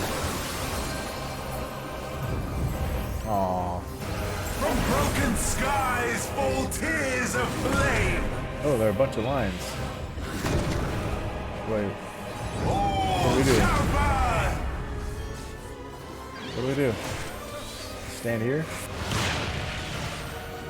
How do I know where they're gonna hit? Oh, I lost my Confutio. Will you live to see the end?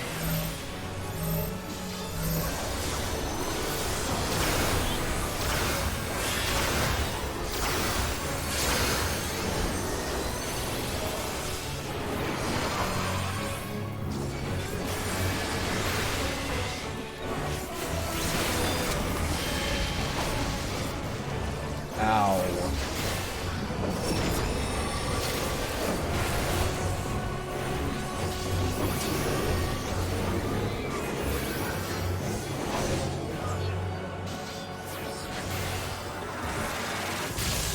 All in existence, bent to my will.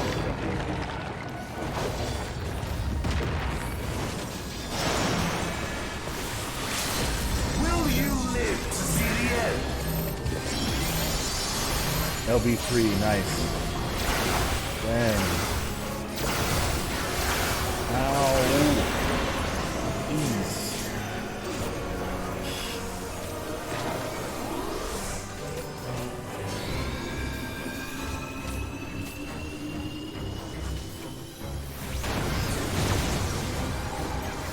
I have no need for restraint.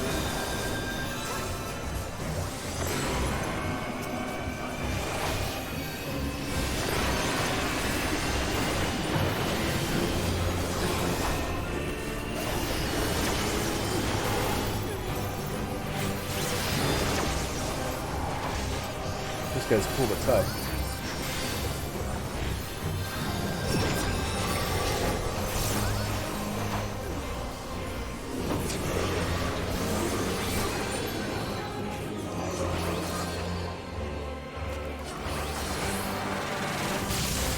All in existence, bent to my will.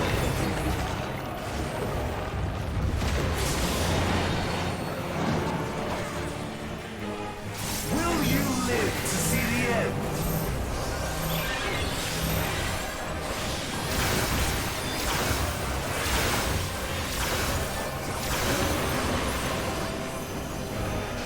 Where's that one?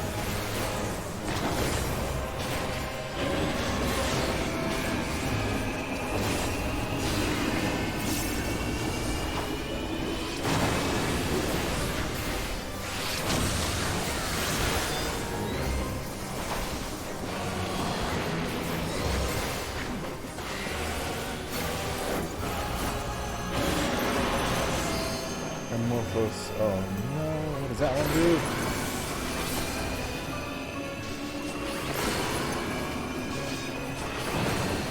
got out of that.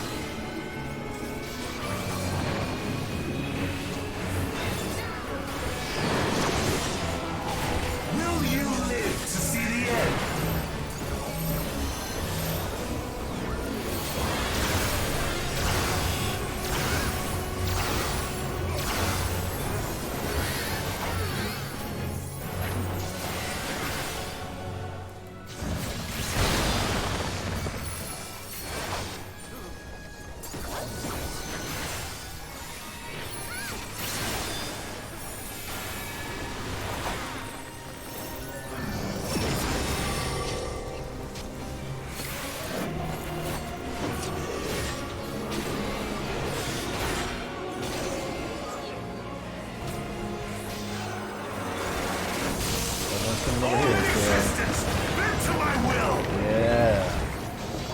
Follow everyone else.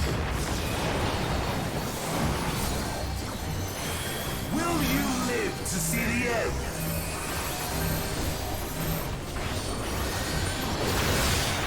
And beat you.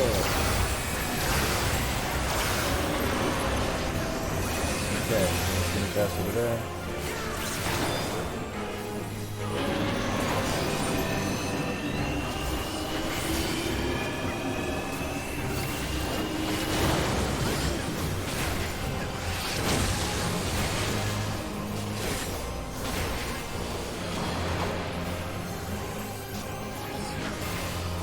Three stacks of vulnerability, which means I'm doing really bad.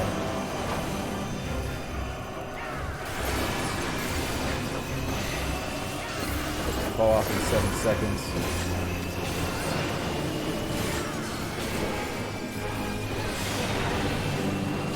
Nope. We got another stack. Will you live to see the end?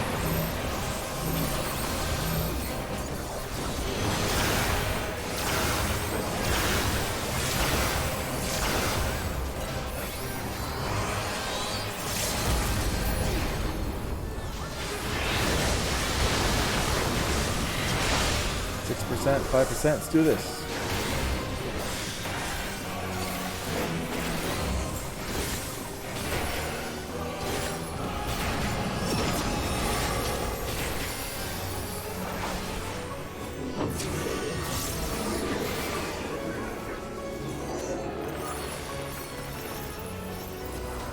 Right about here should be fine.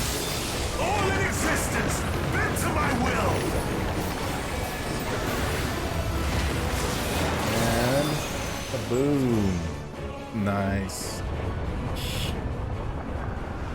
Is this the limit of your power? Is this how it ends?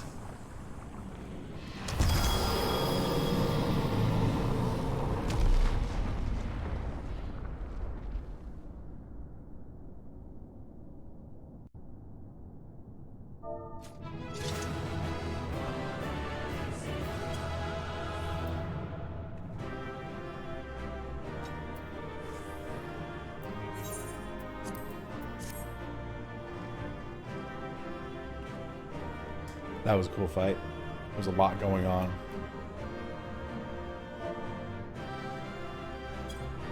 Aw. I got one commendation for failing so hard. So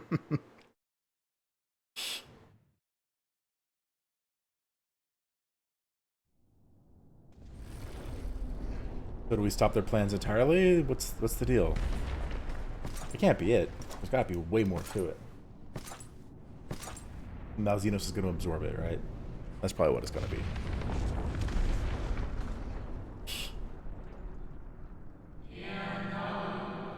Well done. My preparations are complete, and I stand ready to seal Zodiark once more. Withdraw now from this place. The teleporter will deliver you to safety.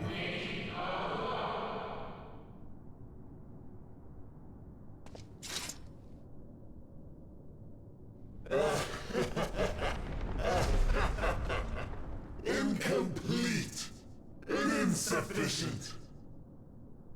Of course he was no match. I'll tell you in a second after this movie. Once again, you left my best laid plans in ruins. and played your role to perfection, thus sealing my victory. Was this all part of your plan too?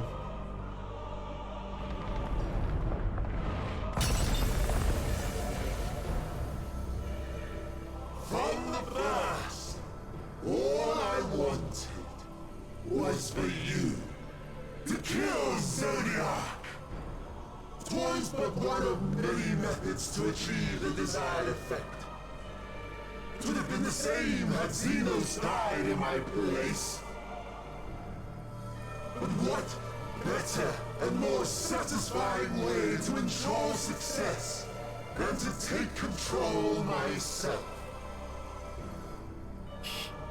My sole regret is that you live to tell the tale.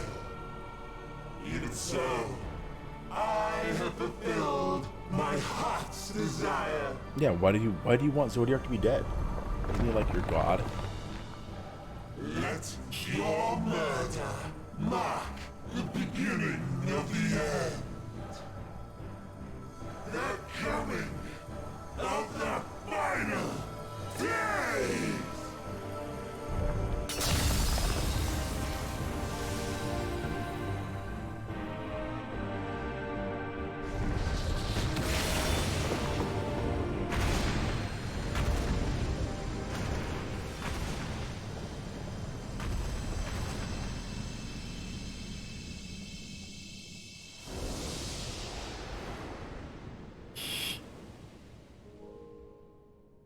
How quickly strength fades, and blood cools. Old familiar sensations. So many lives, so many deaths. No different this. I close my eyes and slip into the dreamless slumber.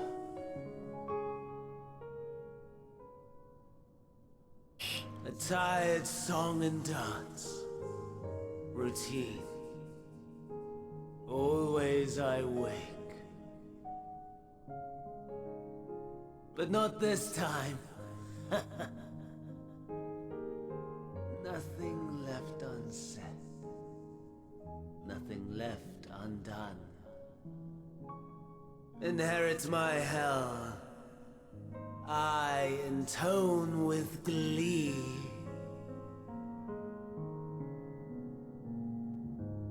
The man I was would weep for what I have become.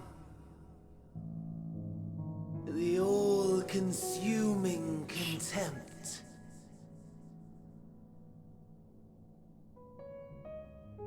But I've the wisdom of 10 millennia to justify my answer to the question. No value in their existence. Not a whit. For all that I looked. None that I did see. A final chance, then, for Heidelin and her faithful. In Cataclysm, prove me wrong. I snare. All shall return to nothingness, as was your will, Emperor Sunday. I, the star, and every living being, consigned to your oblivion.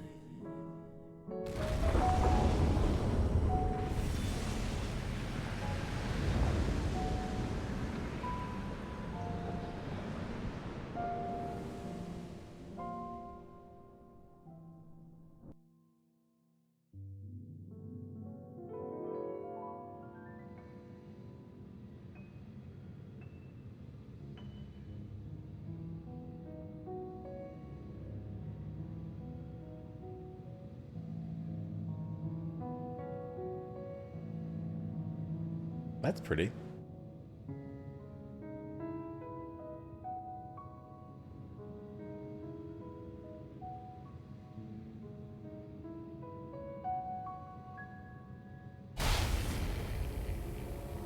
Uh-oh. At last.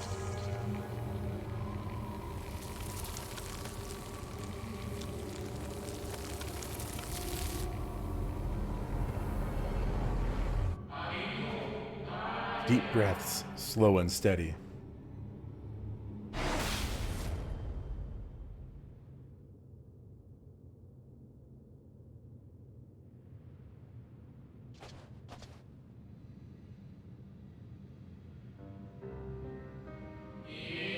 You saw it too, yes? The blue star below, thrown into turmoil.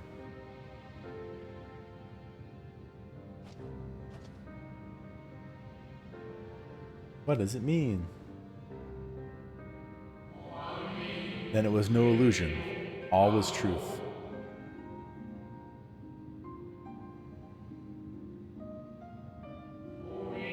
With the death of Zodiac, the laws of nature over which he presided have begun to unravel. The final days are upon us. What you witnessed was an omen granted by the Echo, a vision of the horrors to come.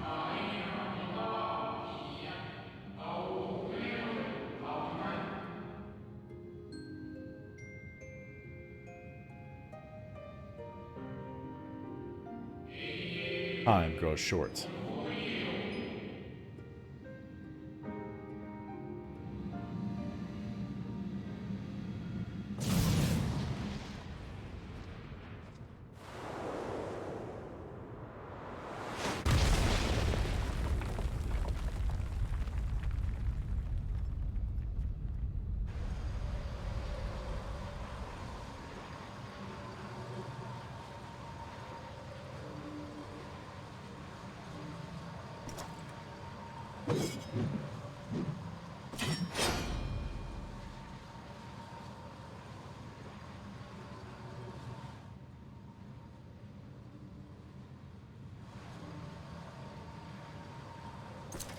No.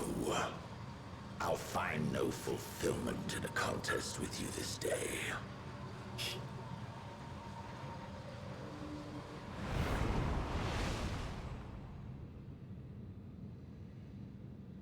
Slavering beasts gather at your gates, ravenous and eager. Already you turn to them and away from me.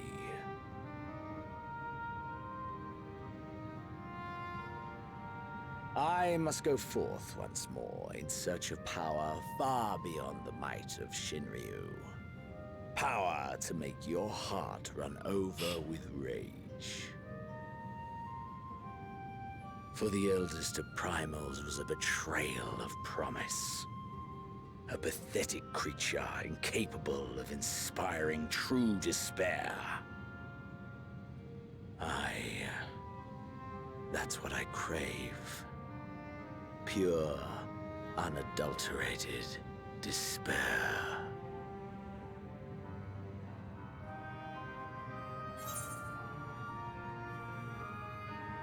Hope will win the day. I will not fight for your amusement.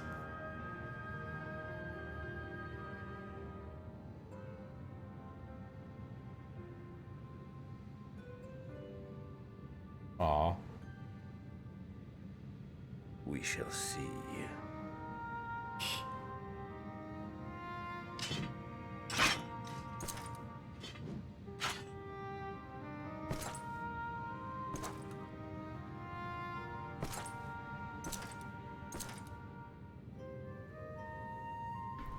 Excuse me.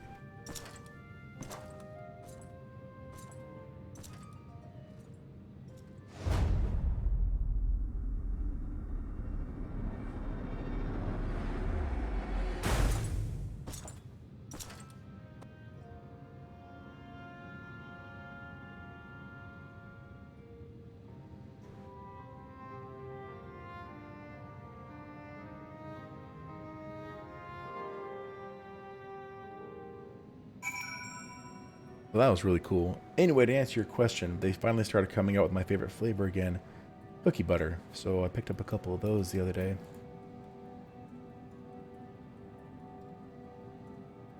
Excuse me. Well, that was an interesting turn of events. After defeating Zodiark, the final days are coming back. He was summoned in the first place in order to stop the final days. I didn't know that he merely paused it just by existing. So, interesting. I sense his presence in the moon no longer. If you need not follow, then I beg you stay and listen to what I have to tell you of Zodiark and the end of all things. They get a new title. Moonwalker.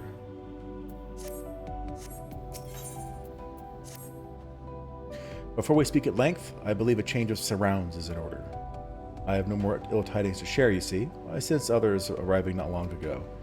Though my communions with Heidelin have grown infrequent, I have learned enough from her to know these are your comrades. And as luck would have it, they have already reached my abode. Come, let us join them.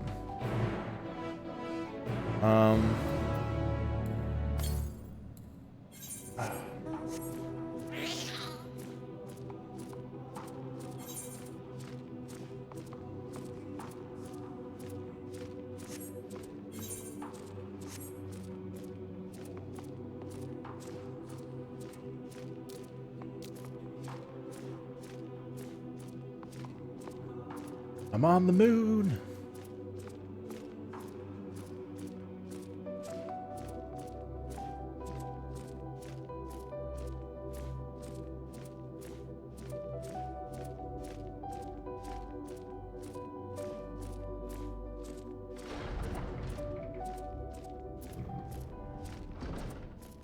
I'll go and repair real quick.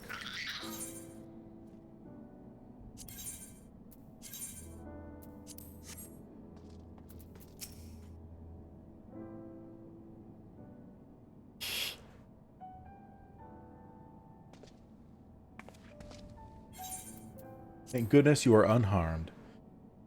We did what we could to subdue the Tempered before making our way here. Now without casualties, unfortunately. Some few detonated explosives, killing themselves and others. The contingent's healers had their hands full, tending to the injured and enthralled when we took our leave. Lest you wonder, Mistress Krau hath also been delivered unto their care. Serving as a conduit for Heidelin's power hath taken its toll, but she will recover in due course. As for Alphino and Alize, they insisted on remaining in Garlemald while we three rushed to your aid.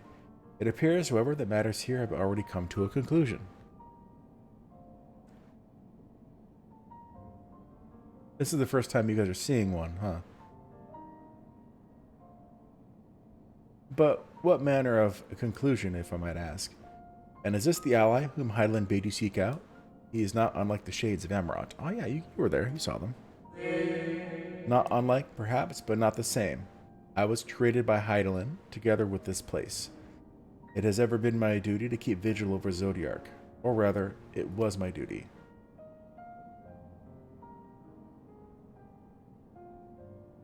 So Fandaniel and Zodiark are both gone.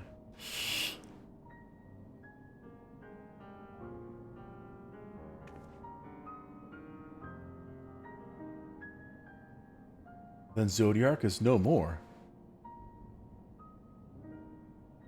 And not without consequence, I am afraid, for now the delicate weave of the star, preserved by his presence, will begin to unravel. If you mean to avert the final days, you shall have need of... Are you alright? My attempts to forestall Zodiark's release have all but exhausted my strength. If you might allow me to rest a short while, I will share with you all I can. Please do. You need not exert yourself on our account. This crystal contains records of your time here, yes? May we peruse them while we wait? By all means.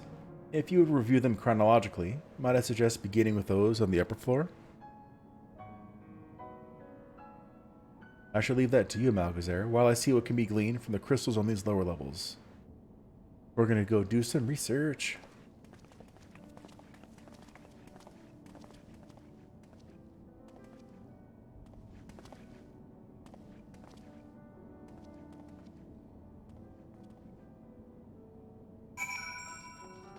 Up the stairs.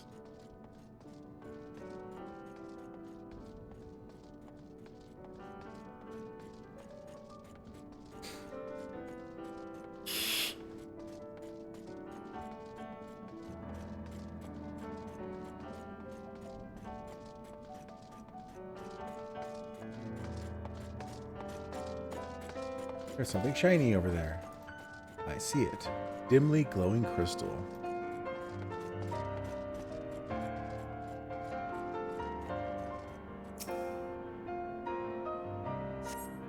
As you gaze into the crystal, ancient knowledge of Zodiark flows through your mind.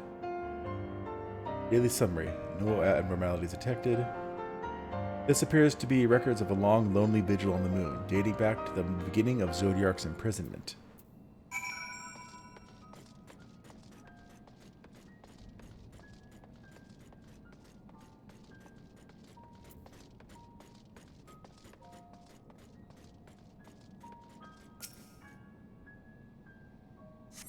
As you gaze into the crystal, knowledge of past calamities flows through your mind. The records describe how, with each rejoining, Zodiark's thirst for freedom grew, as did the strain on the brands. Maintaining Zodiark's imprisonment appears to tax Hydaelyn greatly. Not anymore.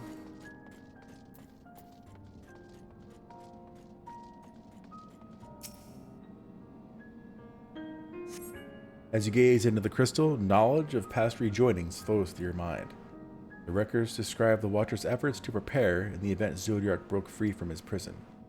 The records go on to describe maintenance carried out regularly with the Loperids, though it is not clear who or what they are.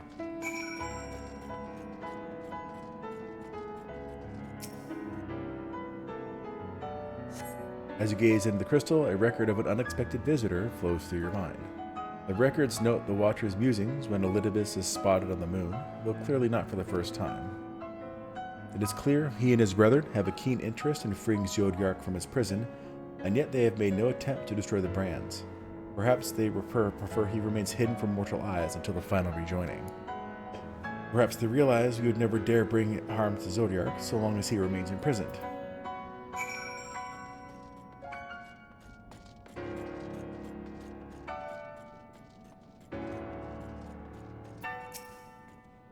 Did you learn anything of import?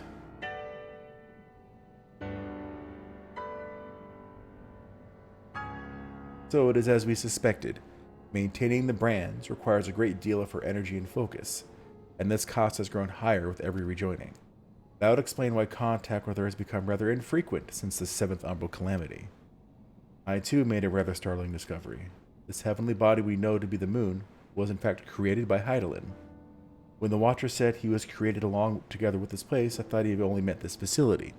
Truly, Hydaelyn's powers are far beyond anything I could have imagined. But now that she doesn't have to keep the brands going, she's back to full power, right? Or at least much stronger than she was, right? That's logic.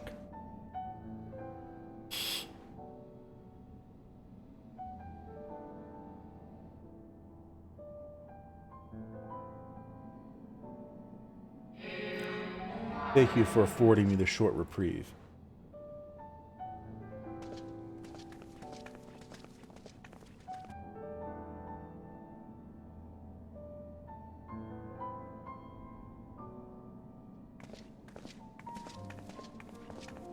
Excuse me. It is we who should thank you. The records stored here are nothing short of extraordinary. There is much we could learn of Zodiark and his imprisonment, but perhaps you could offer us more focused guidance. Pray, tell us of the calamity that came before and comes now again.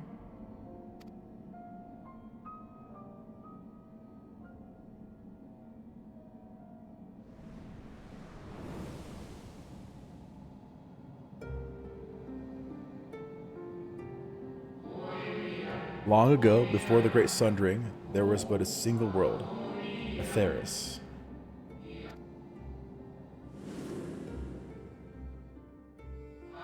One day, from within the earth, a terrible cry issued forth, affecting a profound change in all manner of life.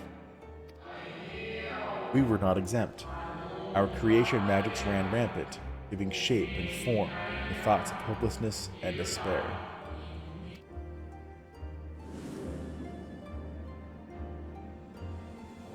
At first, the phenomenon was limited to a single region, but quickly, so very quickly, it spread and engulfed the whole of the star. Were the ancients ever able to deduce its source?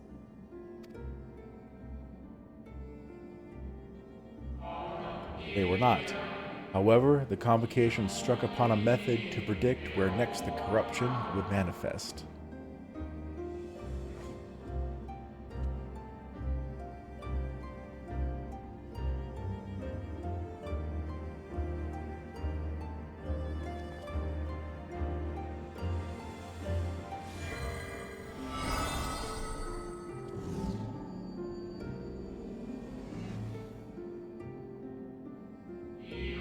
The etheric energies which flow through all of creation in the form of various currents.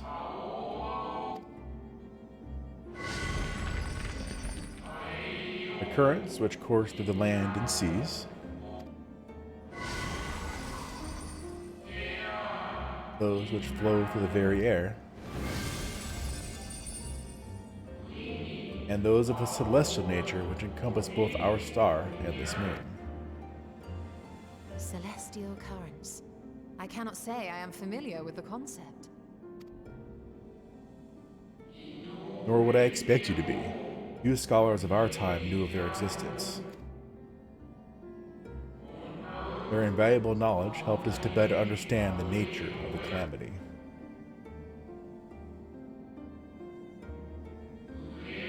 Like the terrestrial ones of earth and air, the celestial currents form a vast network, but the ethereal distribution is not consistent. The convocation soon realized that the inciting incidents occurred in regions where the flow was weakest. Correlation without clear cause, ultimately. Nevertheless, on closer study, a stagnancy of ether was observed in nearby currents. And so they sought a means to harness the forces of darkness, of activity and growth. Thus was Zodiac conceived. No less a power than a god's could set right the laws of nature and quicken the flow of ether within the star. Precisely. With the advent of Zodiac, our end was averted.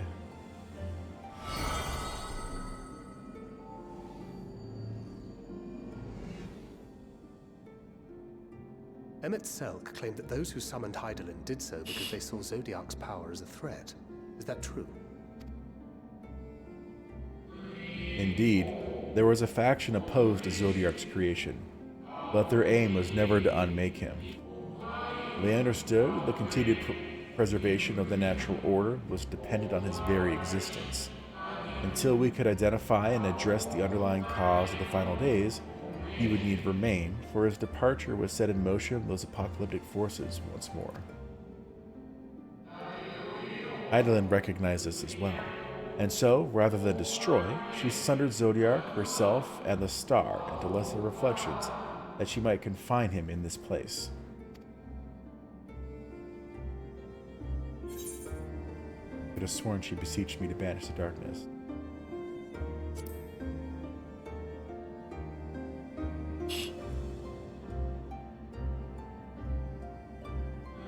Perhaps she did, but as with all beings, intent is not always in accord with spoken word.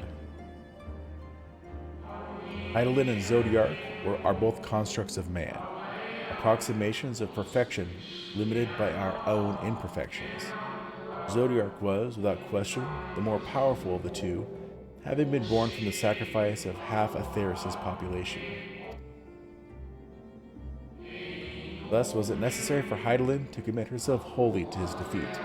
Still more effort was needed to confine him. Maintaining the brands taxed her greatly. With what power she dared spare, she cried out to any who might listen and offered her blessing to those who heeded her call. Though it was likely within her power to do so, I believe she did not wish to speak of Atheris and her history. Like Zodiac, Hydaelyn's purpose is a reflection of her creators. They wish to look to the future and not linger in a prison of the past. The Ascians set in motion 7 rejoinings before we came to oppose them. How many more worlds would have been lost had we not placed our faith in her? How many more souls living in the present would have been snuffed out for the sake of those long dead? Well, in light of recent events, I see no reason to doubt your words. And even if Hydaelyn is not a god in truth, if Minfilia believed that we should trust in her plans, then I choose to do just that. Which brings me to a rather important question. Let's suppose we try but fail to stop this second coming of the final days. Should the source fall, what will become of the other worlds?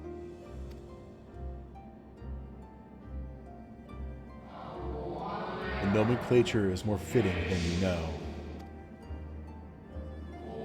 Bring ruin to the source, and its reflections will share in its fate.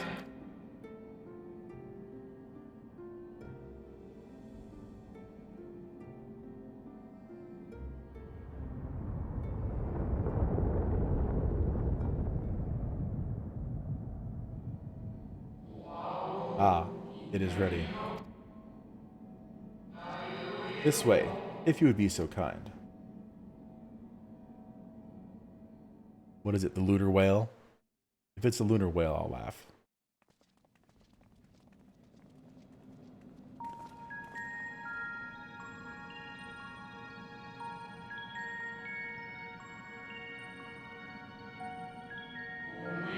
A beautiful sight, is it not? Yes, but what is it? Good question. Hydaelyn knew better than any that her power was not absolute. Indeed, she has ever struggled to hold Zodiark and his faithful at bay. She feared the worst and so made preparations. In the event of his demise, there would be a contingency. This moon is more than a prison. It is a vessel capable of bearing the people of Aetheris to safe harbor.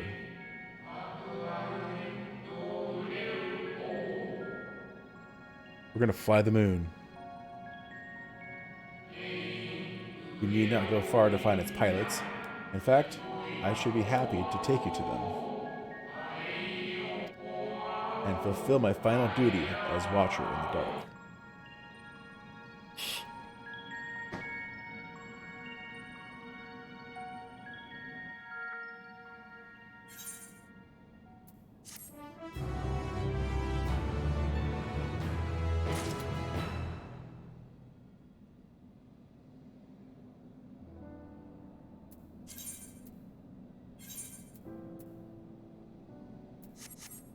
Not worth it.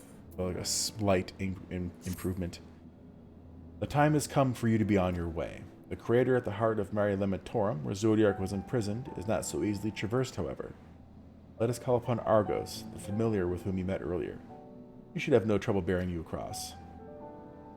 Pupper! As Hydaelyn created me as a jailer, so too did she create Argos as the guard.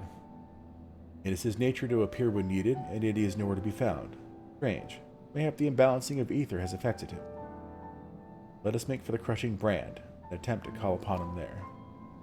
You need but recall the path you walked with Argos before, and you'll find your way.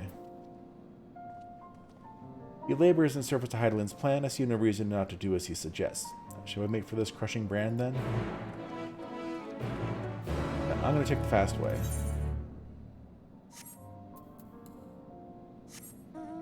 Yeah.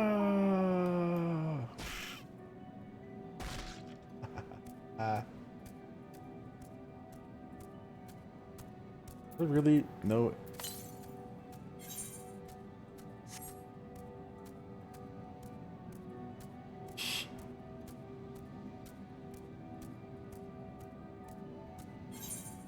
Need to follow the same route.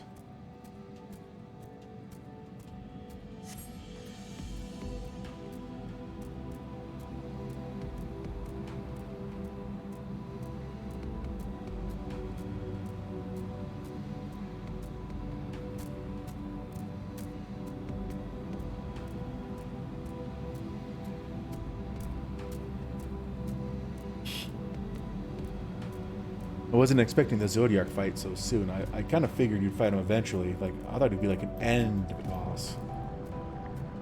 But I guess that's going to be Xenos or something similar.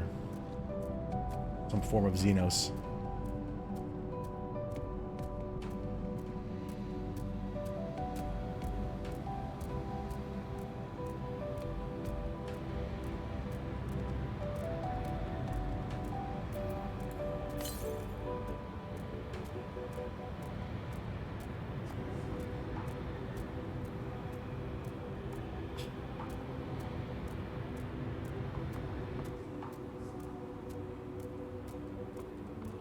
jump this?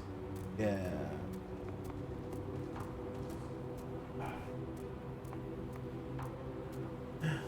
My pillow is falling off. 1 second. There we go.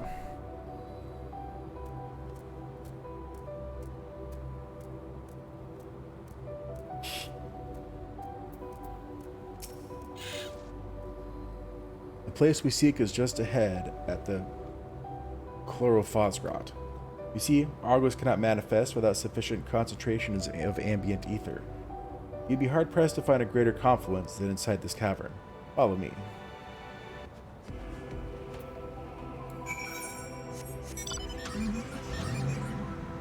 Oh. In the hole.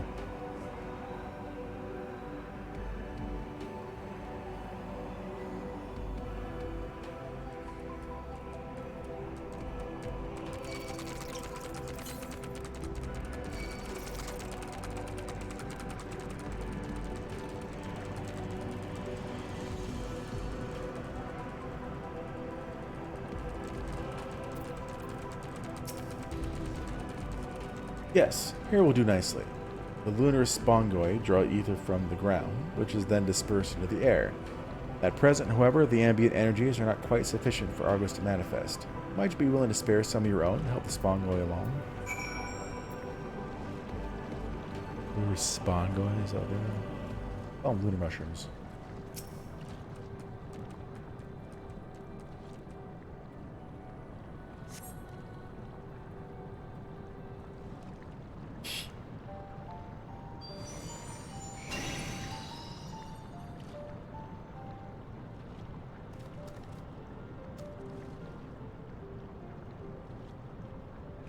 Argus manifests in the flesh. He seems glad to see you again.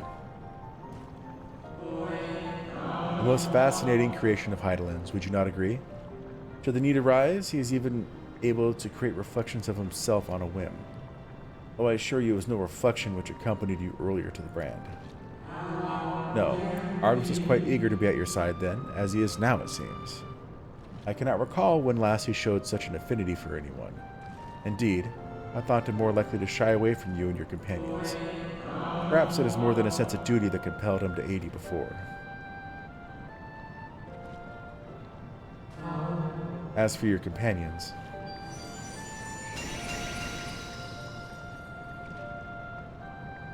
unexpected, but greatly appreciated. I believe we are all ready. And let us return outside, that you may cross the chasm.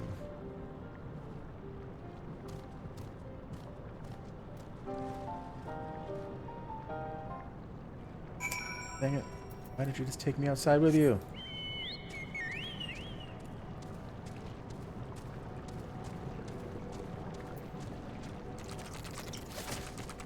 Later, Weeper. Later, Weeper.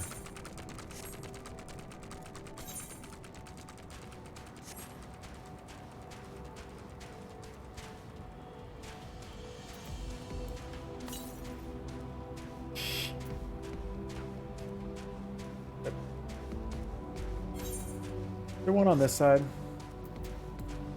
I'm gonna go check it out before I go anywhere.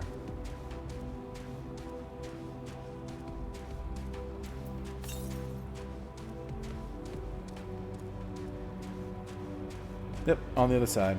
Okay, fine.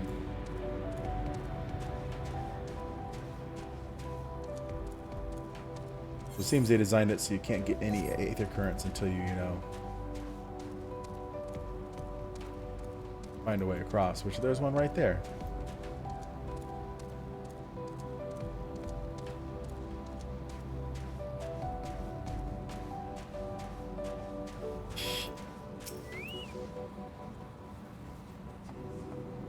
Your destination is the structure there across the Cradle of Darkness. So climb on Argos' back and you'll take care of the rest. Once you arrive, it should not take long to find the ship's crew. The facility is designed to rouse them from their slumber in the event of Zodiark's destruction. Heed their counsel. Together you may guide the star and its people to a kinder fate. This is where we part ways, but know that I shall ever be watching and praying for your success. Your allies' assurances notwithstanding, we cannot be certain what awaits us on the other side, so perhaps it would be best if we did not go all at once. I propose the two of us cross first, while Thancred and Urianger wait here. Onward! A malefic ether yet permeates from the crater. Remnants of Zodiac, most like.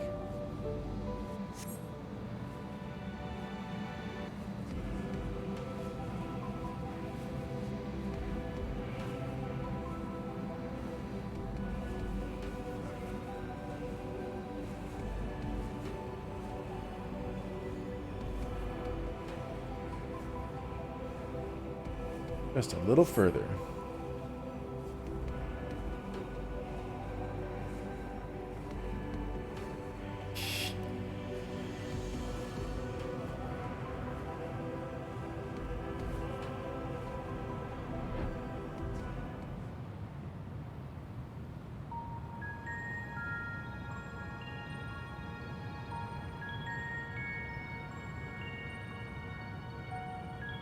This structure is enormous, but that is hardly surprising given the size of the average MR team. Apologies for the wait. Right then, let us head inside and... Oh?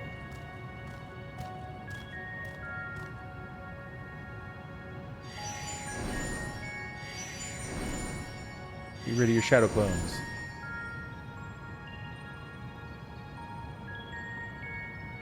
Most intriguing. A means by which he can serve with energy, mayhap? Well, I certainly wouldn't want him to blink out of existence on our account, helpful as he's been. Thank you, Argos. We'll take things from here, or stay here where it's safe, alright?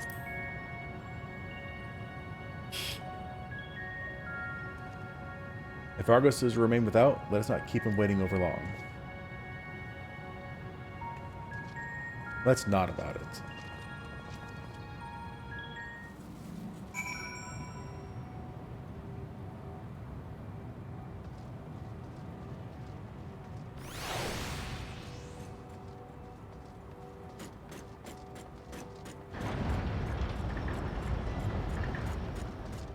Ooh.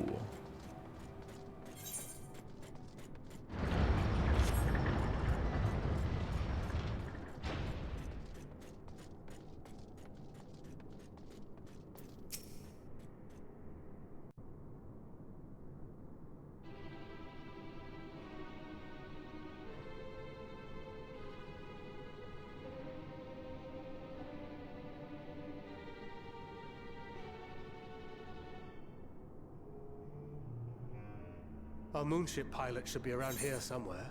Is that right?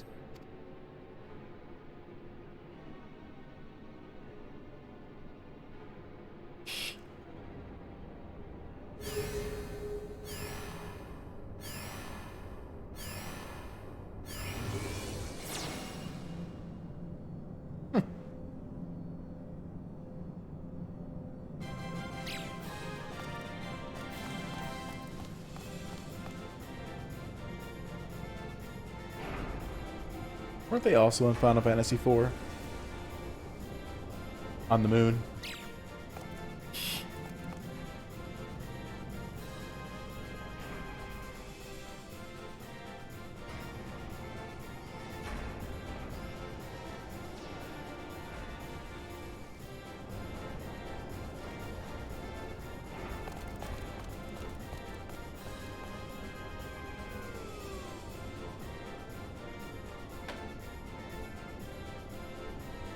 No, it's me.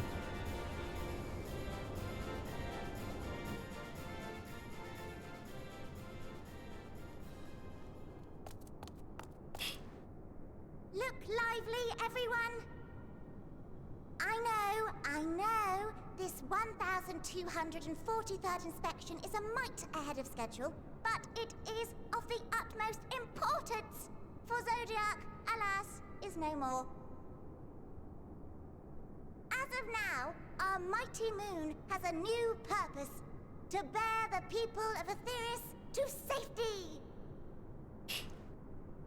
Our time has come, my friends!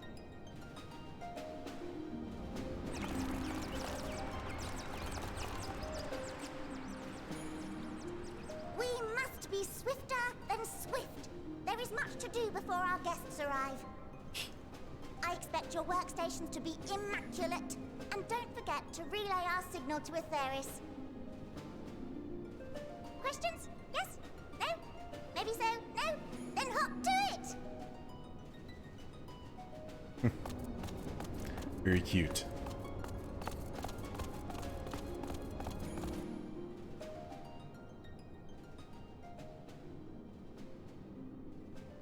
"'Tis a rather curious crew she hath chosen. Their endearing forms intended to ease the passengers' hearts, perhaps." Perhaps.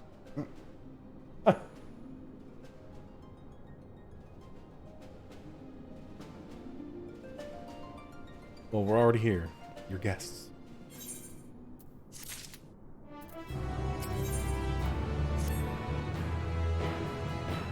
They must be the Loporrits mentioned in the Watcher's records. Not all what I expected, but the Watcher did bid us heed their counsel. I assume the one who gave that rousing speech was their leader, though we might have to ask around in order to track them down. Come on then, let us be about it.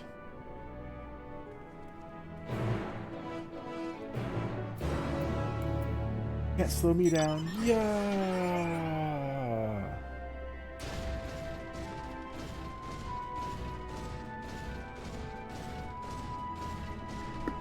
Excuse me.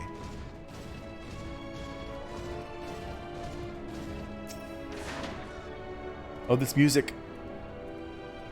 That's Final Fantasy IV right there. Oh, so many references. And the ways. Naming way, camping way. Trading way.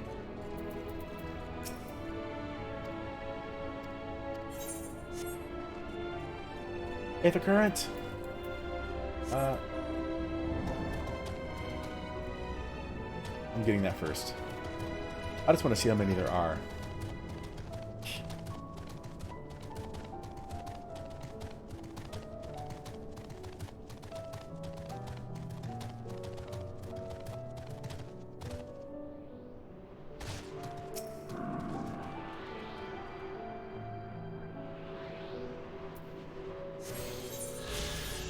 Ha! There's a whole slew of them.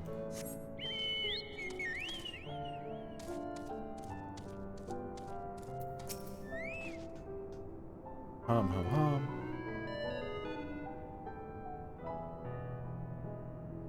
Leader of the crew? Not me, I'm afraid. Singing Way is the name. I'm in charge of the construction and maintenance of the atmospheric circulation system. On the crispest, cleanest air for the people of Atheris, and that's a promise. Will you point me in the direction of the so-and-so?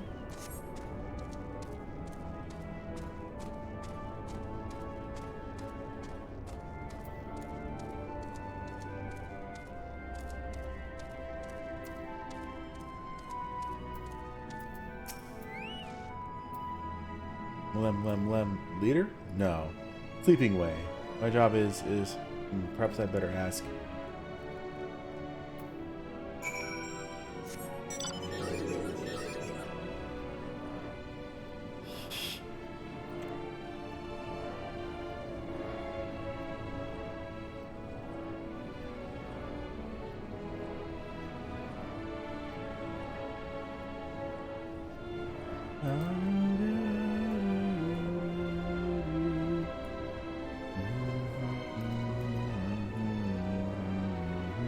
Nothing way.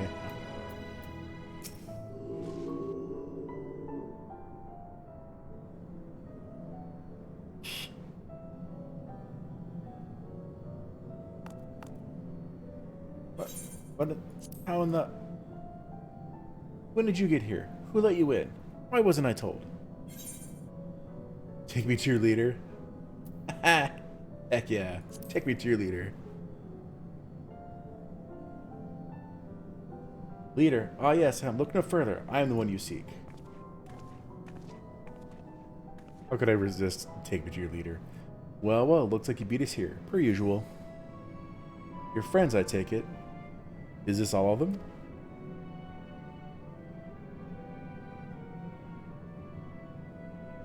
A group comprised entirely of children. What must their parents be thinking? This isn't a nursery after all, but perhaps we should build one. Or did we build one already? No matter. You needn't worry your pretty little heads. All will be well, I promise. But goodness me, we shouldn't be standing about gawping. I must take you to meet the others.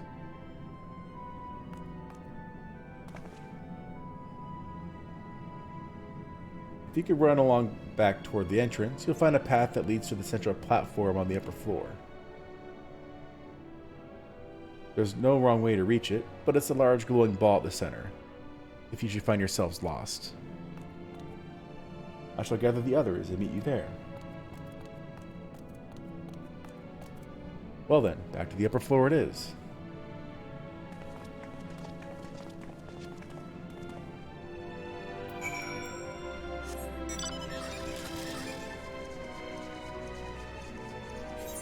Does this door open? Why, yes it does.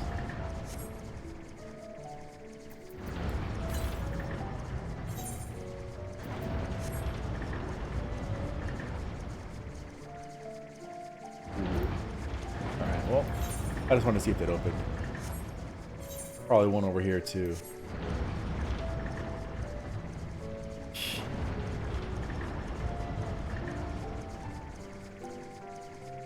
This is huge. Rushing way.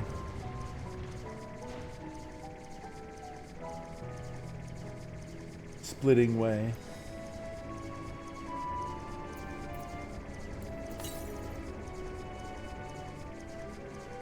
That's 63 yalms east. Is it down here or is it up there? Alright, it must be upstairs. Can I get up this way? No, of course not. Only way is up that way.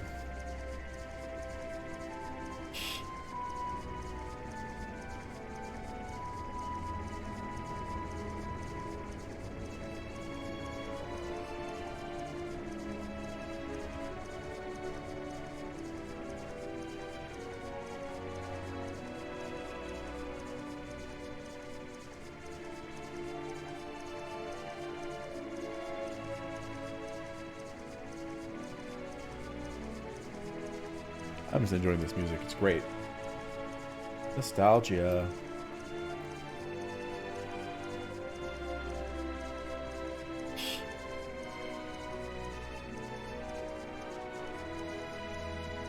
And it's fitting that I'm a paladin. Anybody who plays Final Fantasy IV would know.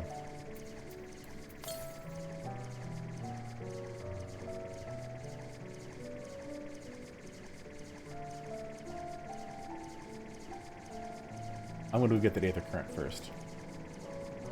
Yeah.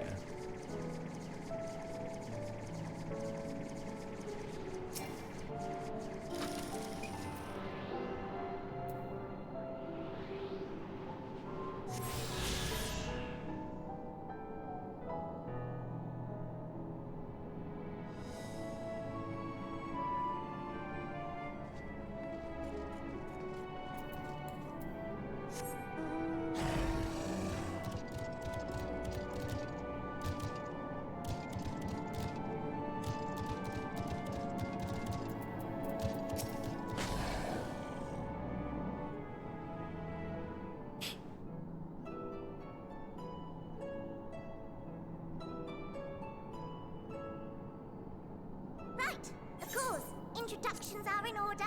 Ahem. My name is Livingway, and we are the Loporits, created for the express purpose of commanding this ship and bearing the people of Aetheris to a brave new world. More specifically, I am the one whom she charged with the execution of her most vital plans.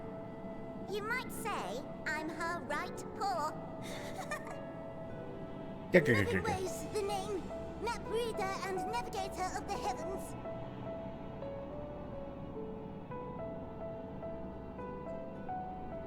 Pleasure to meet you all, but I'm still trying to make sense of this. Confusion and bewilderment are completely understandable. Fear not, I shall walk you through it. The people of Aetherius, through no fault of your own, I'm sure, set in motion a series of events that, unfortunately, culminated in Zodiac's obliteration. Acutely aware of the imminent crisis, your parents kept you little ones on ahead while they began the necessary preparations.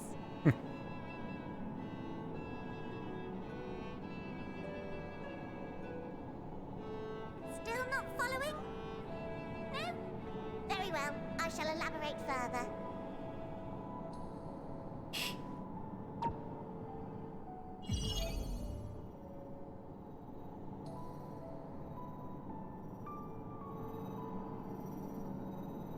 Here, we have Aetherius, your home, and the moon, where we are now. Without Zodiac around to keep things lively, so to speak, the celestial currents of the star have doubtless begun to degrade. A calamity of apocalyptic proportions will be visited upon Aetherius, bringing an end to all life.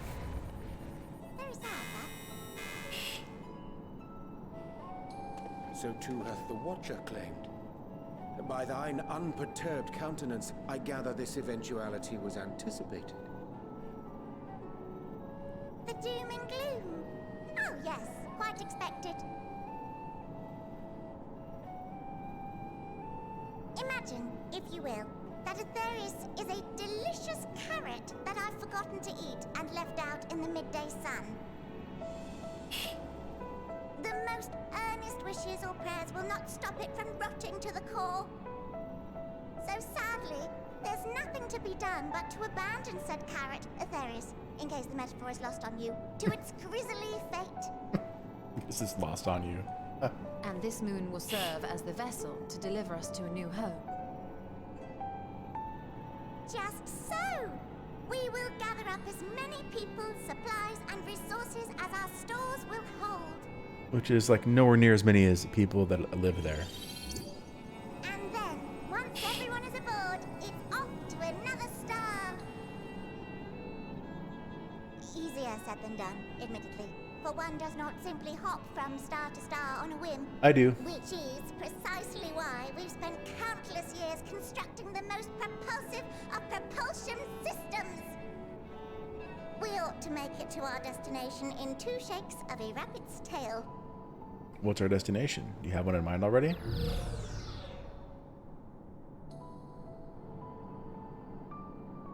Impressive technology.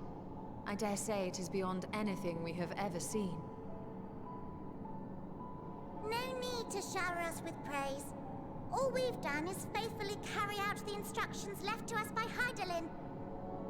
Back in the old days, when she was still just Venar, she was dedicated to the study of the world and its inner workings.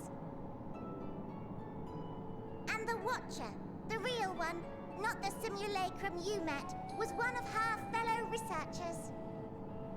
We and this wondrous vessel, masquerading as a moon, are products of their knowledge and know-how. There's certainly more to you all than meets the eye. Might I ask where exactly you intend to take us? We identified a few promising candidates for resettlement some time ago, but we cannot guarantee that they are fit for habitation. Moreover, the ship can only travel in short bursts. We intend to go down our list, hopping from star to star, until we find one suitable for resettlement. No need to worry, though. The vessel is being refurbished with accommodation for an extended stay as we speak. While we did have to rely upon outside help to determine what amenities were essential, I dare say we have risen to the challenge. Outside help, eh? Help? Yeah. From who? From you and yours! Who else? Each time we woke to perform regularly scheduled maintenance, we were greeted by the resources you sent us. What better way to learn about preferences and proclivities of our present-day charges? Ah, but you're still adorable little children. Perhaps your elders were responsible for the deliveries. Was it Charlian? I'm not sure what led you to conclude otherwise, but I can assure you that we are all grown men and women. And I very much doubt my elders know this place exists, much less how to send you so much as a starlight missive. What? Then who in blazes let you on my moon?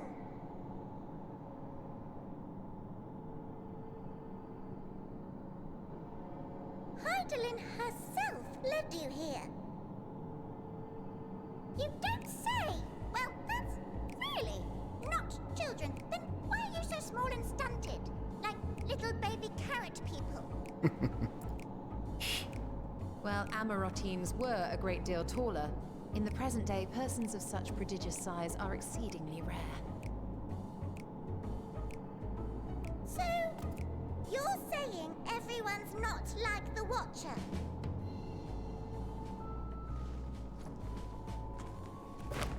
Oh, confound it all! Someone could have at least scribbled a note about your profound miniaturization. That tome in thy possession. Oh, this? One of the first books sent to us.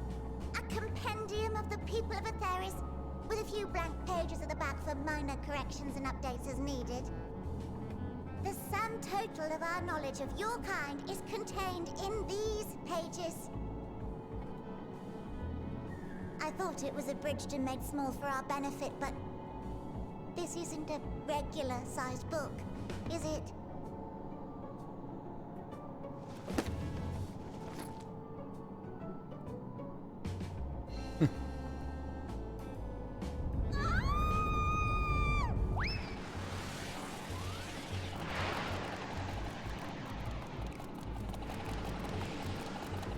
And the information is probably way outdated. Building Way, can you hear me? Yes, we're all very busy. Change of plans. I need you to rebuild the domiciles at 1/3 the scale. All of them. Yes, all of them, and but me no buts. See to it with all speed. Perhaps you could tell us a bit more about your terrestrial collaborators. Yes, in due time. But first, I'd like to hear more about you, if it's all the same. I'd rather not risk any other complications due to outdated knowledge of our passengers-to-be.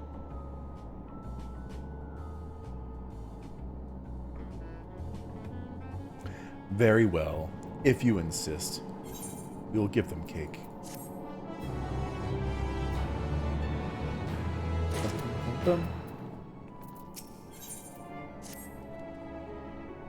Right then, now that you're here, we need you to teach us all you can about your people, and quickly.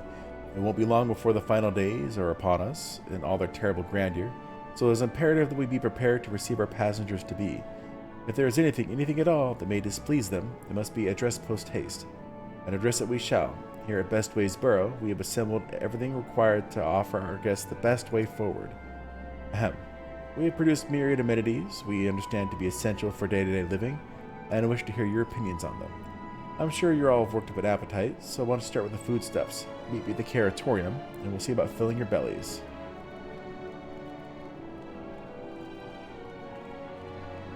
He does not want for enthusiasm. The notion of Aetheris rotting to its core being a matter of course is rather concerning, though.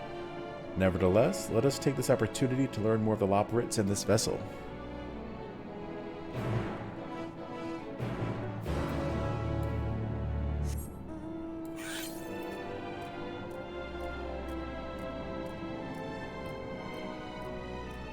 Yeah.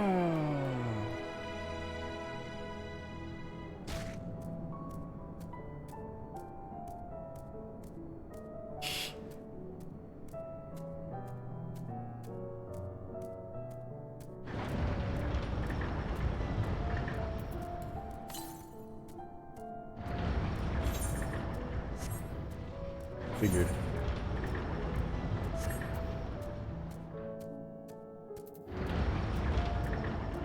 Going to be a 8th occurrence somewhere in here.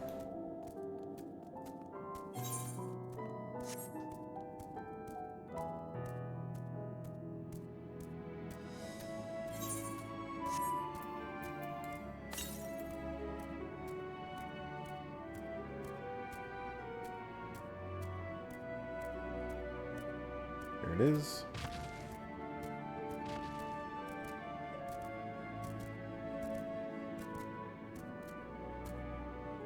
We'll get that first.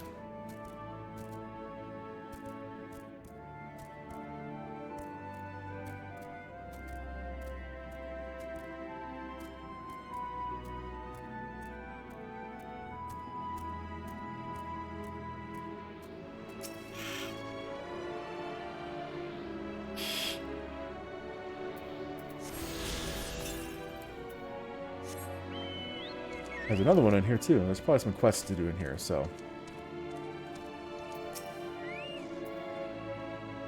Welcome to the Caratorium, where we create prototypes of the various sundries required by our soon-to-be passengers. Allow me to introduce the head of foodstuffs production. Cooking Way, pleasure to meet you all. Our work has involved no small amount of trial and error, but after many, many cycles of painstaking labor, I dare say we have created the finest cuisine our guests could ask for. I've learned all about the essential nutrients for a healthy and balanced diet from the reference materials we received, why I practically worn the words from these invaluable pages. Naturally, we've also considered ease of growth and production. We will not want for ingredients. I must insist you try some. We have fresh stock recently prepared on account of, well, because we just woke up and we're all quite famished. Hop along the platforms here and you'll find a storage unit full to bursting with delectable delights. Help yourself to anything you like.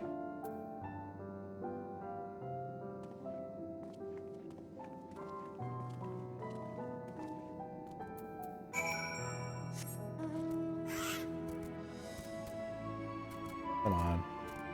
Looks like I have to jump up these.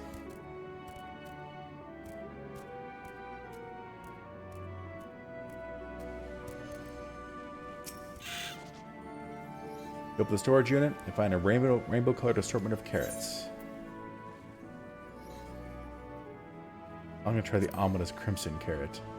The soft texture and redolent aroma of this crimson carrot belie its staggering weight. The excessive length and girth only compound the mystery, leaving you perplexed as to the nature of this carrot. On second thought, you would like to simply take an obscenely large carrot for now. Due to its bizarre qualities, it would be prudent to ask Cooking Way whether it is safe to eat first.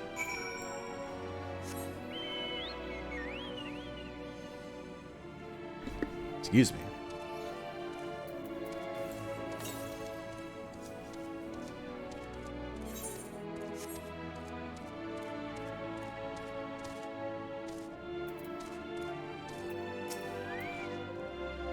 So, did any of our selections set your mouth to watering?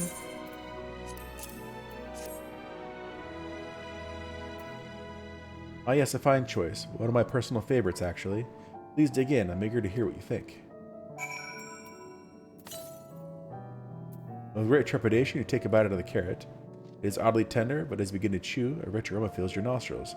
A newfound vigor begins welling within you. The rumbling of your stomach, however, suggests it may simply be indigestion.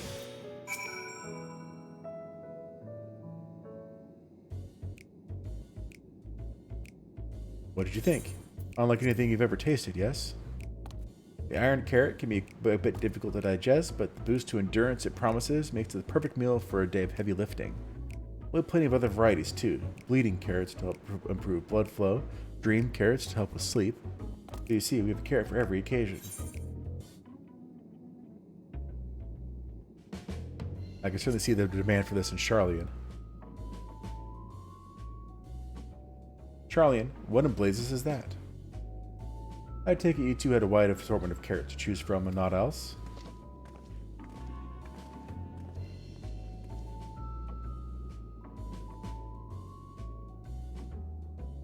If I may ask, what exactly did these collaborators share with you about cuisine on Aetheris? Surely you are aware we have abundance of dishes and foods you can emulate. Of course we are, but, well, it was only quite recently that we established contact. Even holding a conversation would struggle at first, so imagine our surprise when they sent a mountain of books and documents with no clear instructions.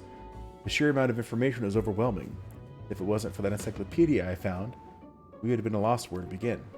And so we decided, rather than divide our resources to prepare a variety of middling and potentially unsatisfying meals, it'd be more efficient to devote our efforts to the production of a single perfect food.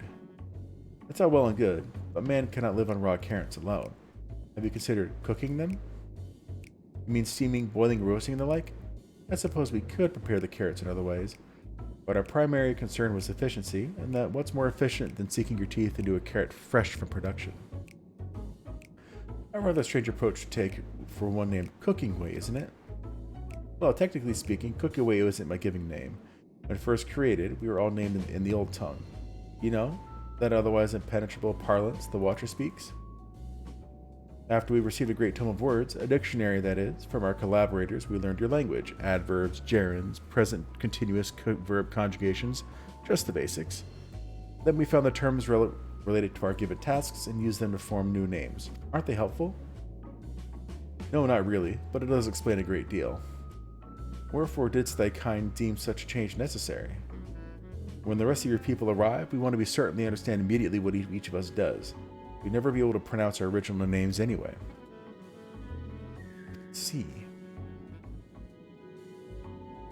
I hope our critiques, such as they are, were helpful to you. Though if you should decide to preserve flora and fauna from Aetheris as well, you would be able to offer the passengers a more balanced diet. Until such a day, one I pray comes sooner than later, it would appear there is nothing but carrots on the menu.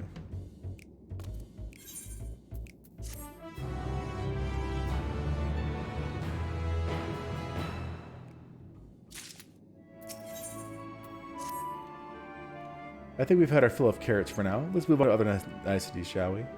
Our clothing production is sure to impress. This way.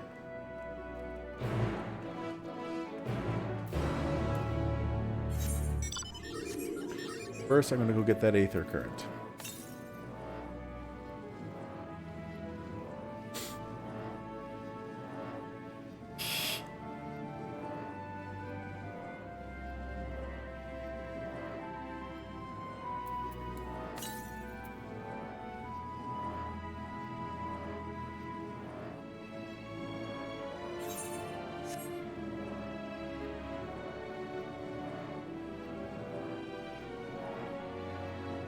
Trying to avoid fights for now, just to slow me down.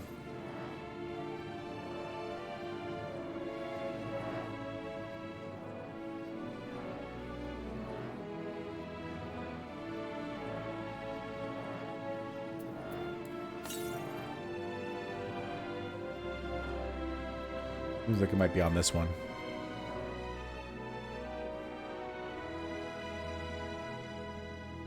There it is.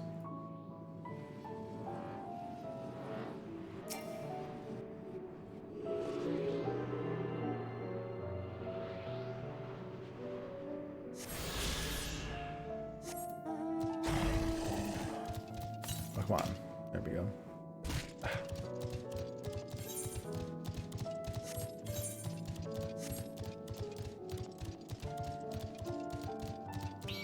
Why did you create your dudes to attack me? Really? This music? Final Fantasy IV battle music?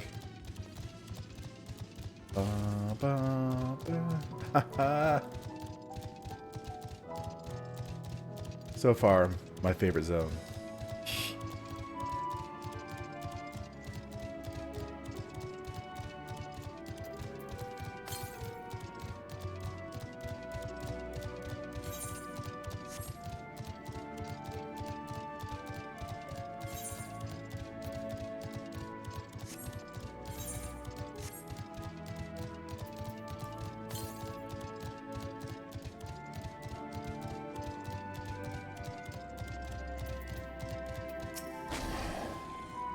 Here we are, the apparel production station.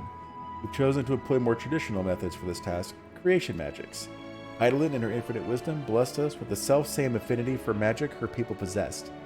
We have other amazing talents, of course, and I know you're dying to hear about them, but I will regale you with the details another time.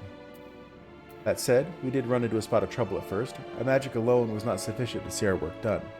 In the end, we discovered crystallized ether was a wonderful catalyst that could provide us with the extra vis we needed.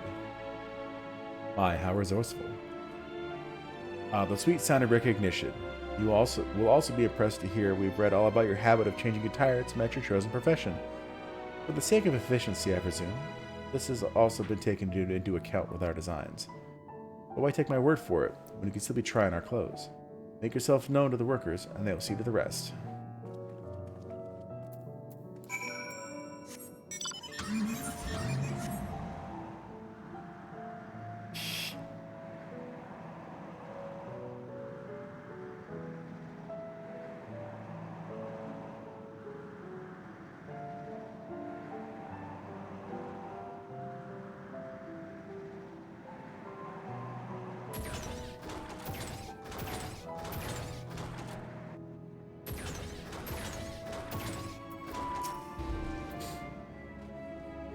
It's you, one of the visitors from Aetheris. Goodness me, Mapping Way wasn't kidding. You really are smaller than the Watcher. All right, you're here to try a set of clothes, yes? What would you have me fashion for you today? An outfit that embodies my bloodlust, something simple yet functional, fashionable and refined in some, but simple yet functional. Simple and functional, right. This will only take a moment.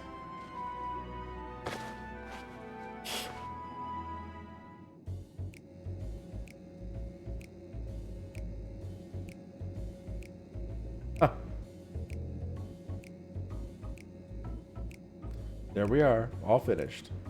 A perfect fit if I do say so myself.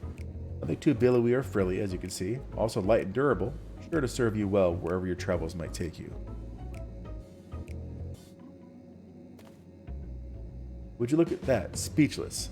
And here, I thought you might not like it. If you might try something else, why not speak with my fellow artisans? I'm sure they'd be happy to oblige. You must continue wearing them to progress, change back if you move too far away. I'm curious what the other ones look like now.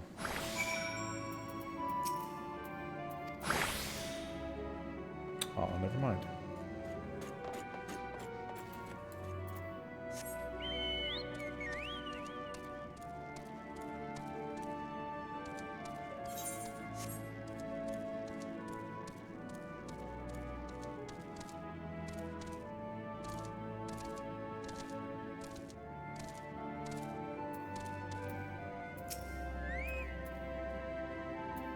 No one said you'd be coming, or how can I help you?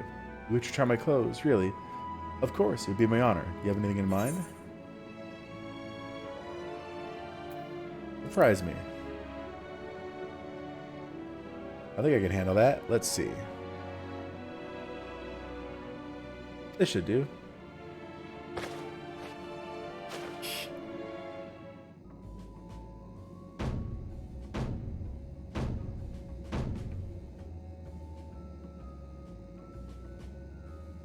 Some of my best work yet. It's a relatively new concept, incorporating idea that's never been tried with clothing before. Fragrance. Did you smell the carrots? Ah, simply divine. I was worried how the concept would turn out when put to the proof, but it looks stunning on you. Won't you go and show Living Way? I'm sure she's eager to see what we've come up with.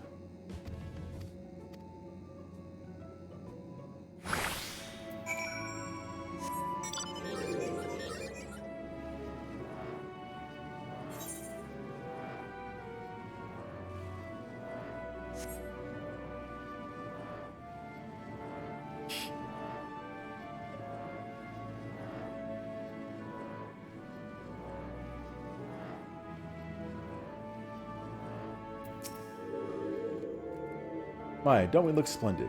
The result of much trial and error, but I know quality work when I see it. You needn't speak. I can see your adoration for the moon and wheel operates in your eyes. No doubt your friends feel the same having sampled our creations.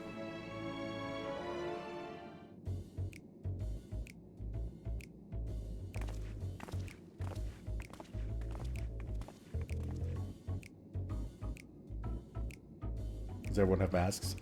Sorry to have kept you waiting. They insisted we sample all of their concepts ere we returned. Verily, 'tis an ensemble most becoming. Aranje likes it.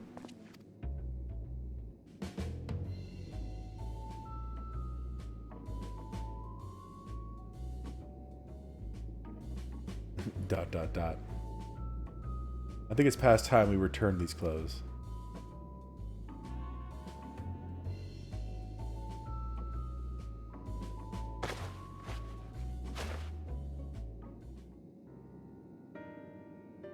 I was so confident our garments would meet your approval. Whatever are we doing wrong?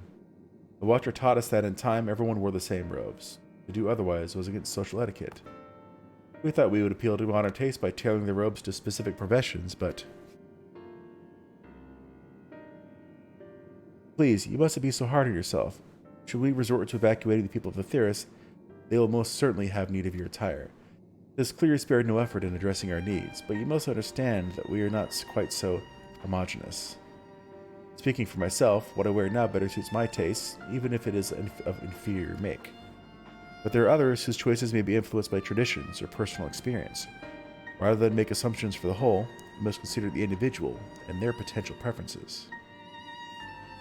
I fear we've underestimated the complexity and diversity of your people. Even if we memorized every tome we received, I doubt we'd have fared much better. Maybe we're doing you a disservice trying to shower you with our baubles and frippery, thinking it was for your benefit when you'd be better off on your own. There are some who might agree, people who prefer to keep others at arm's length, even when they know they shouldn't. As one such former fool, I'd like to ask you a question. Let's plan to evacuate and escape the final days. Did it account for the reflections of the source as well? Not that I'm aware of. We were born of Heidelin's love for Aetheris, and the salvation of the people on that star, and that star alone, has ever been our aim. Surely it's better to devote ourselves to saving one world than to divide our efforts across 14 and risk failing them all? I suppose you're right. Living Way. Well, we have leave to explore best ways burrow unattended. You've given us much to think about. Why, certainly. Until later, then.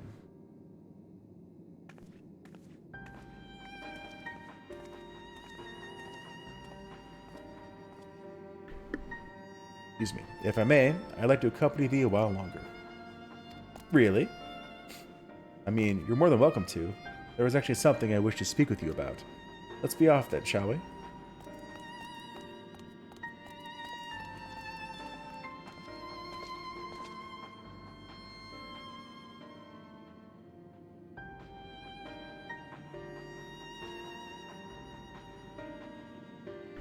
Sorry, I thought I felt another sneeze coming on.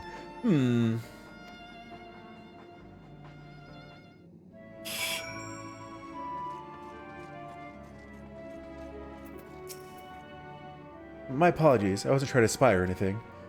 Everyone's been talking about the visitors come from Aetheris, and I wanted to see what all the fuss was about. I was excited at first, but now I'm worried. What if the people of Aetheris refuse to come? What if we can't save them? It's clear we've made a mess of things. Oh, but wait, you still haven't visited the domiciles. Once you see them, you'll understand how wonderful the moon truly is, I'm sure of it.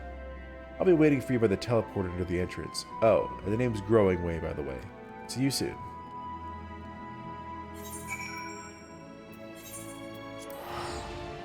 Yep, I'll just teleport over.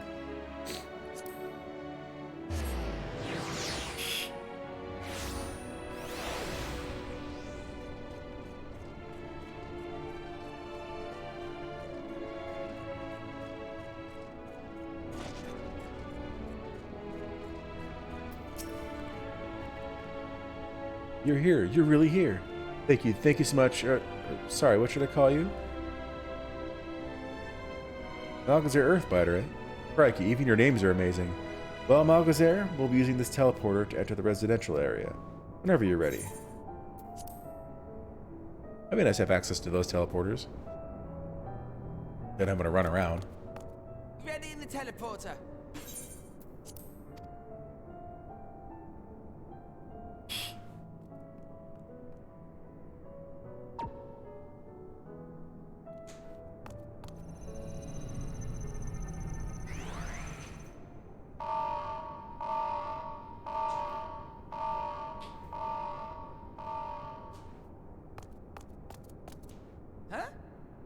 Access to living quarters restricted due to reconstruction. Then where is it? Oh no!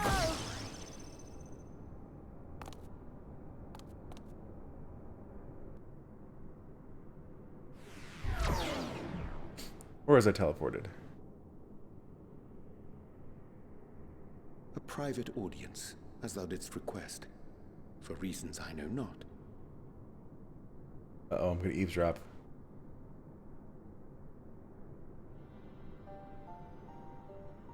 Just a precaution. I'd rather I didn't have to ask the question at all, but I take my responsibilities very, very seriously. Do you and your friends, by any chance, find our accommodation wanting? Be honest, brutally even. 'Twould be ungracious of me to belittle the efforts of thee and thine. Lovely sentiment, really. But the disappointment is writ plain on your comrades' faces. It's all the more frustrating since no one will come out and say what they find wanting.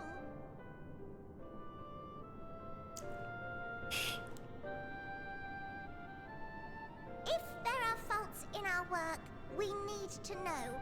We can, we will do better. But time is not on our side. The final days will wait for no one. If your people are to be saved, we must take quick and decisive action. This vessel must serve as a home for as many passengers as possible, for far longer than we may like. Which brings me to my request. Our collaborators on Atheris are doing what they can to prepare for the voyage. Would you be willing to go and lend them a hand?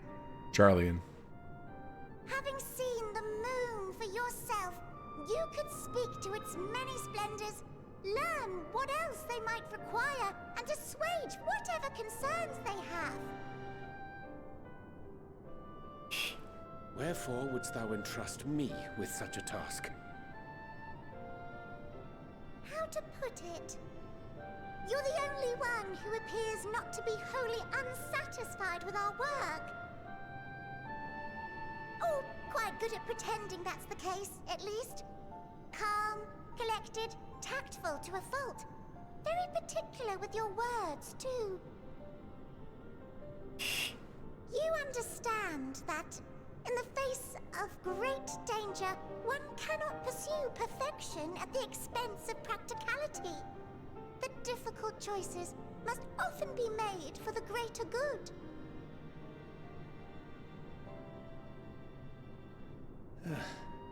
And so fate doth conspire to set my feet upon this path once more.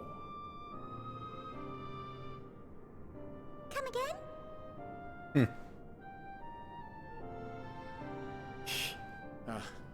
Idle musings. 'Tis no trifle, thou dost ask. Yet full well do I understand the urgency and necessity.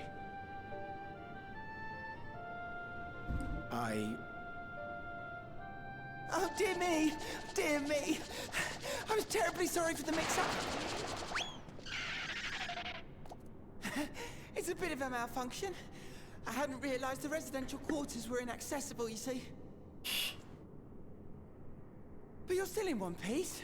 So, all's well that ends well, yes? Won't happen again. I promise.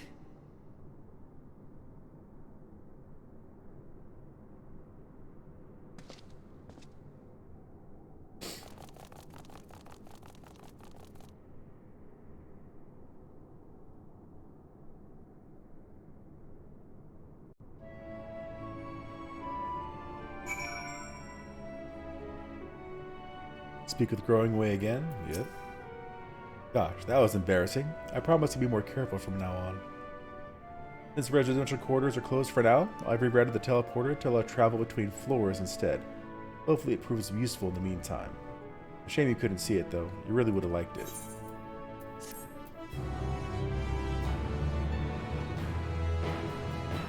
You can now teleport with upper... Yay! It may not seem like it, but we've been planning for this far longer than I'd care to admit. Each time we woke up, we'd have long discussions about how to save as many of you as we can. But like everyone had an opinion on this or that. The one thing we all agreed upon is that people of Theris wouldn't take action to save themselves until it's far too late.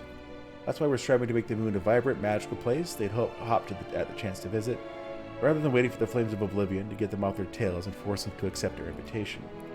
The residential quarters may not be up to necessary standards just yet, but there are plenty of other places worth seeing. You've already had a look around the Caratorium, but wait until you see what's waiting for you on the east end of the borough. Follow me.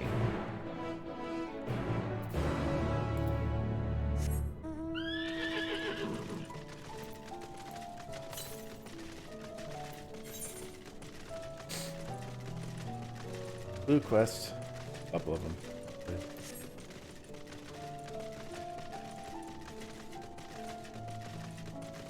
Actually, go get those.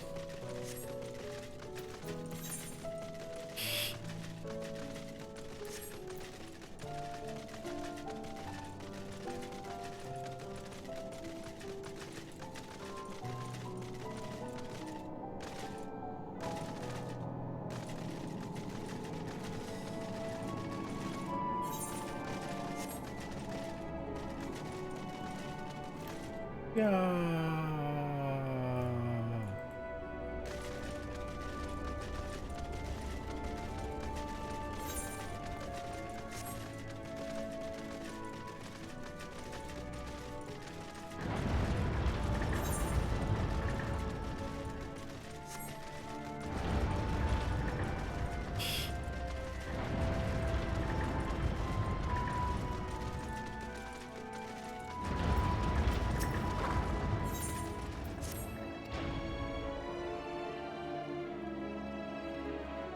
Blah, blah, blah.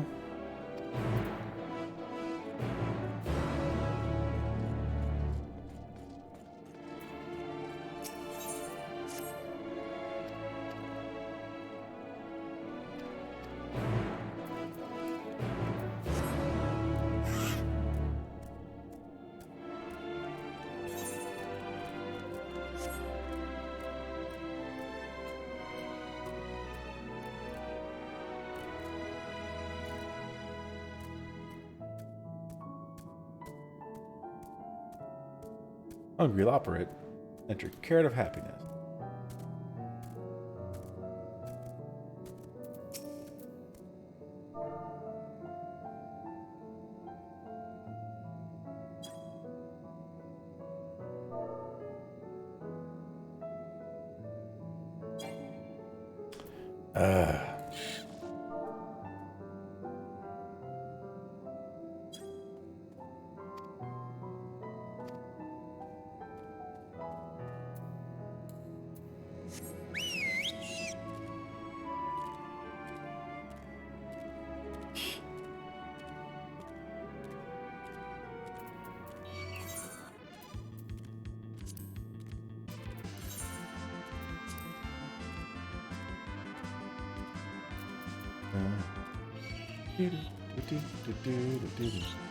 Fine, I'll fight you.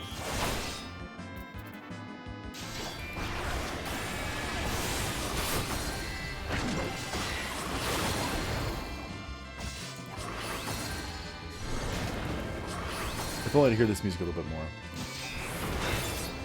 Anficio.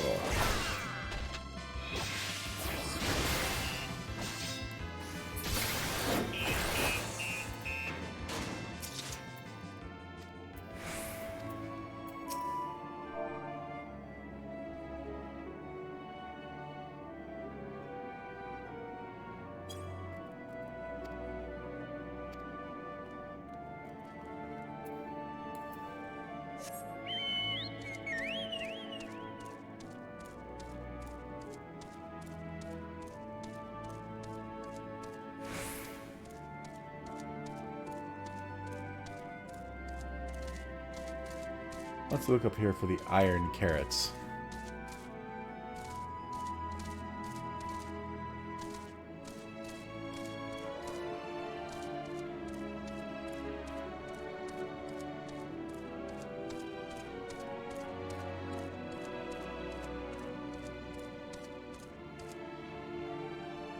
Oh, looks like they're over there.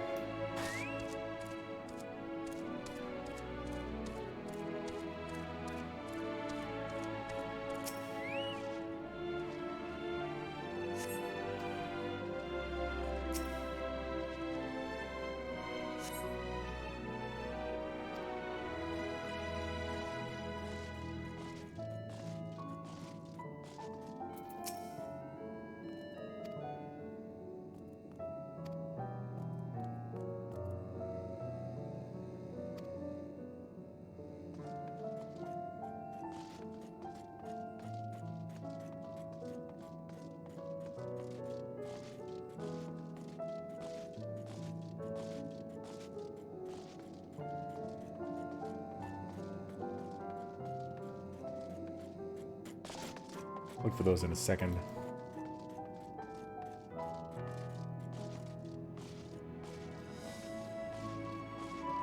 Finish this one off.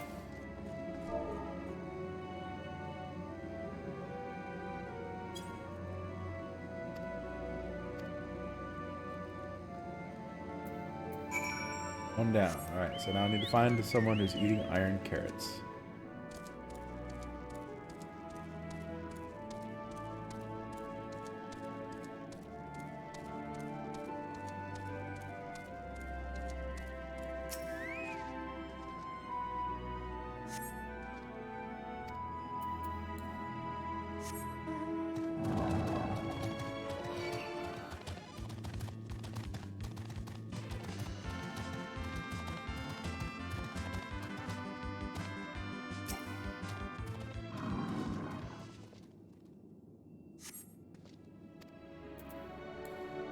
found the iron carrots.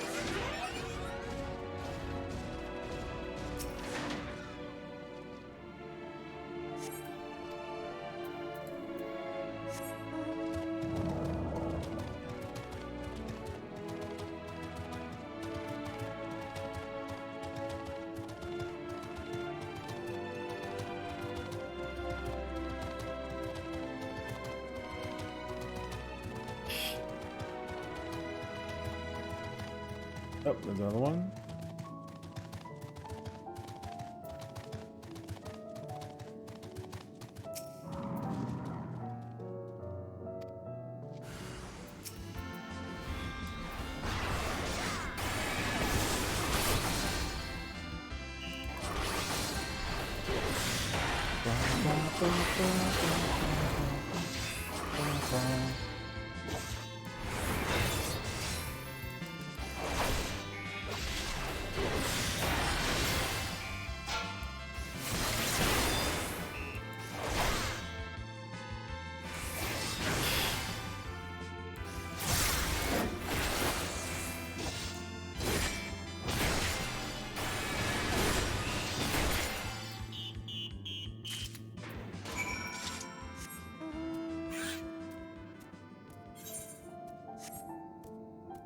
All right, those two are done. A little schwatty in here.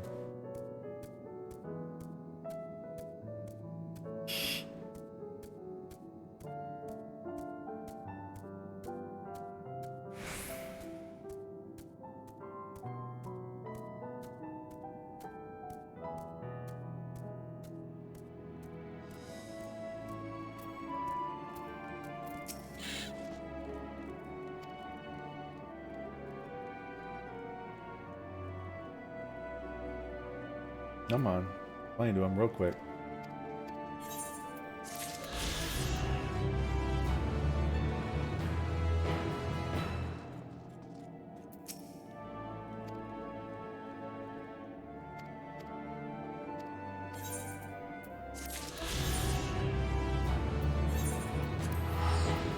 Get over there quickly. We only have a little bit of time left tonight. Gotta get at least one more in.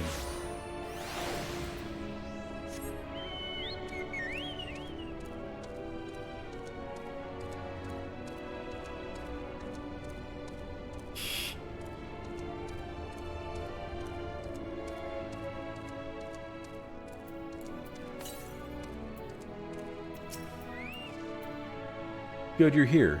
Through this door is the greatest End's Vale. It was named as such because it's the veiled end all veils, the most beautiful forest you'll ever see. We understand the people of Theris enjoy taking leisurely walks through natural spaces and the like, so I'm sure you'll enjoy it. How about we start with a nice stroll to the fountain? This way.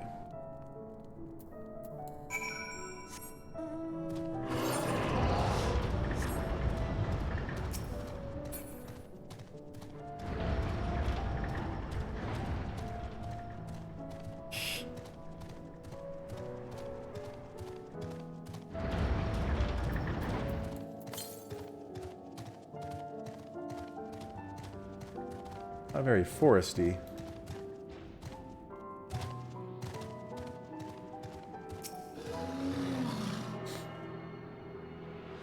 They're all fake forest too. Interesting.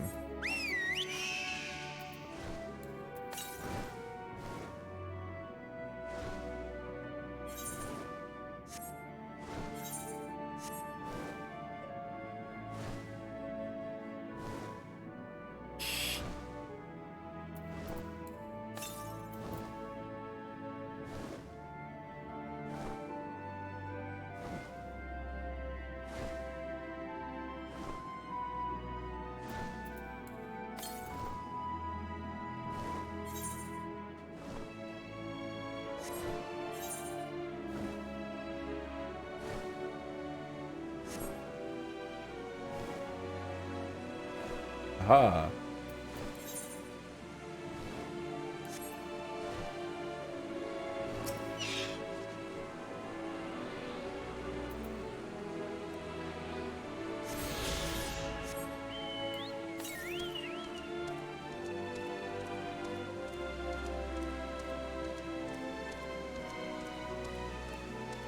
That just creates water? Cool.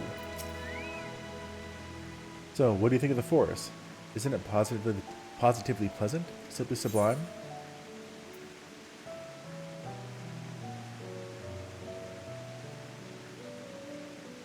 Huh. I couldn't see the forest or the trees. You're pulling my tail. You're in the forest right now. Building this place was a challenge, let me tell you. Since we were born here, we've never seen trees in person before, let alone a forest. Information sent by your collaborators was quite enlightening, but after much deliberation, we decided to use crystalline constructs in place of living trees. And thanks to our atmospheric circulation system, this place produces air as clean as that you'd find in a forest in Aetheris. The fountain here behind us, powered by the rather large crystal adorning its top, plays a vital role in supplying us with fresh water. Much time and effort was spent making it the most spherical of spheres, and I dare say the unparalleled roundness speaks for itself. I enjoy nothing more than a nice long stretch and a spot of relaxation whenever I come up here. You look like you could do with a stretch yourself. I guess I'll stretch. Stretch and flex.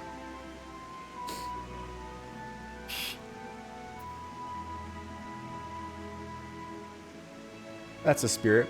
I feel more relaxed simply watching you. A sight worth the many years spent building this place. If it's not too much to ask, it's always been a dream of mine to take a walk through the forest with someone from Aetheris. We maybe... Oh, you will? Oh, be still, my quivering whiskers.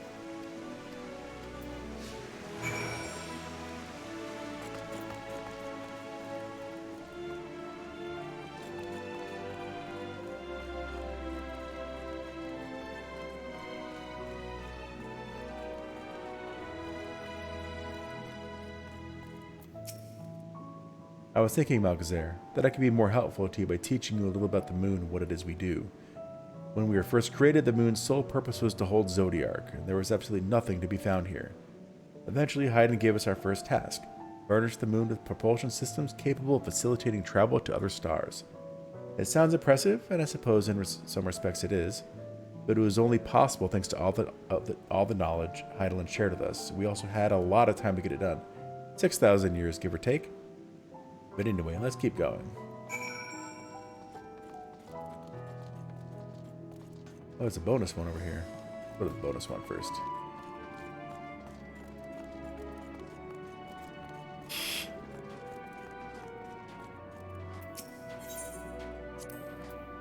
What? No, I'm not sure what it is you do with crystals on Aetheris, but we don't eat them.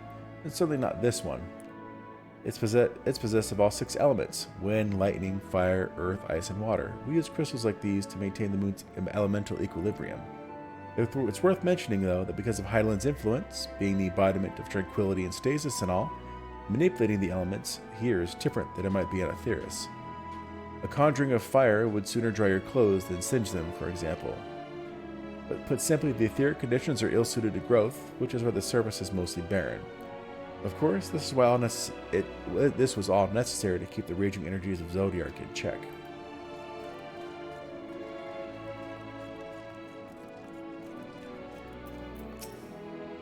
This may come as a surprise, but we didn't begin to build the habitable areas until after the propulsion systems were ready. Considering how long it took, I wish we'd started sooner. Who would have thought we needed 4,000 years to make all this?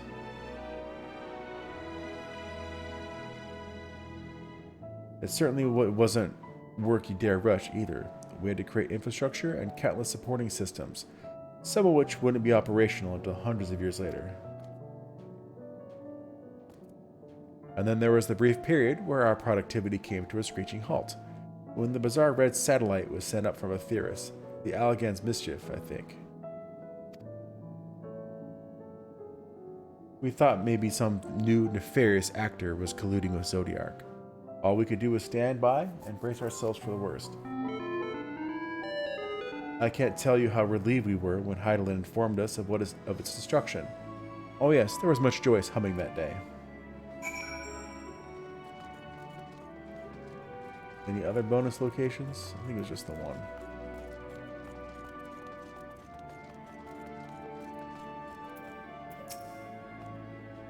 Hey, do you notice anything peculiar about the treetops? I mean, apart from the fact that they're massive crystals and not trees. I'll give you a hint.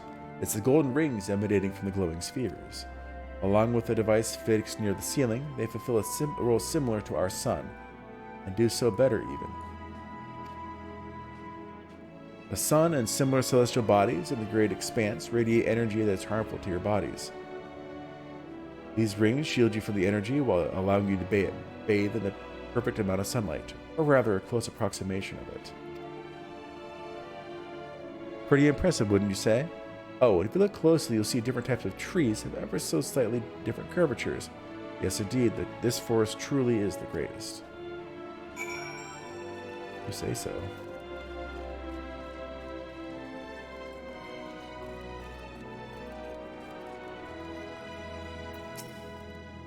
There was something else I wanted to tell you about.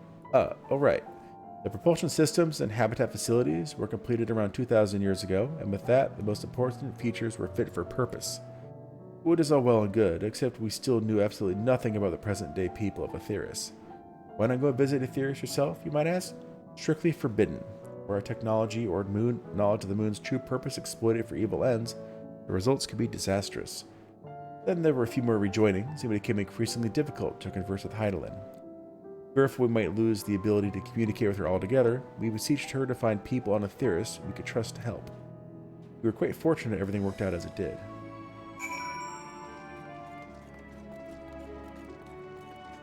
Any other bonus areas? I'm not seeing any.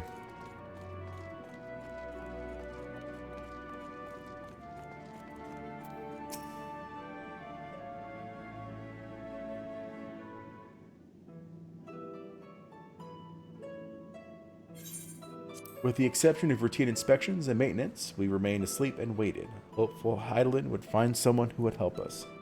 Eventually she did, and though her power was waning, we were able to speak to them directly for a short while. We shared with them everything we could, including our knowledge of the heavens and a means of travel here to the moon. Excuse me. They certainly didn't waste any time with what we taught them. No more than a few years after that, our collaborators found a means to convey messages and supplies to us from down below. With the letters, books, and other resources they sent, we learned enough to start making more meaningful changes to the moon. And now you're here, hopefully enjoying yourself as much as I am. I knew you would like Greatest Vale. I knew it. Thank you again for coming here, by the way. I know it was just a walk through the forest, but it meant a lot to me. There you are. Thank you, you've already received the Grand Tour. A shame we missed it. Growing Way, I've been looking all over for you.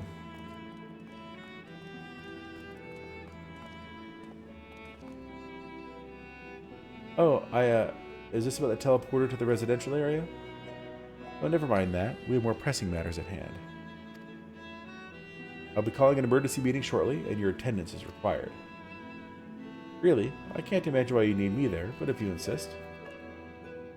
We won't be away long, so you all are more than welcome to continue looking about the burrow. Now come along, Growing Way.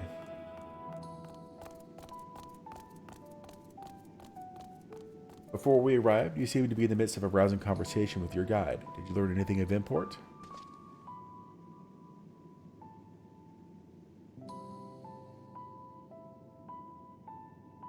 They've spent 12,000 years preparing for this?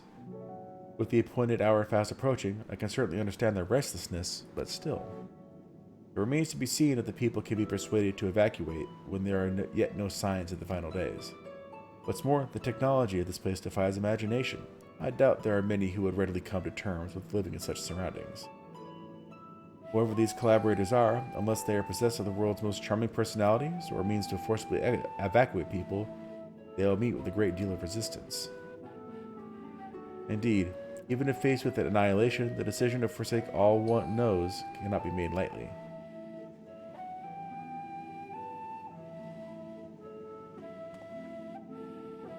Forgive me, my friends, but I must beg your leave. There is another matter which begs for mine attention.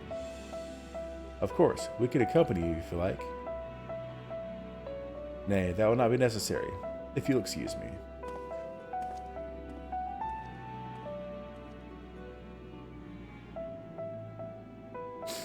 Tell them.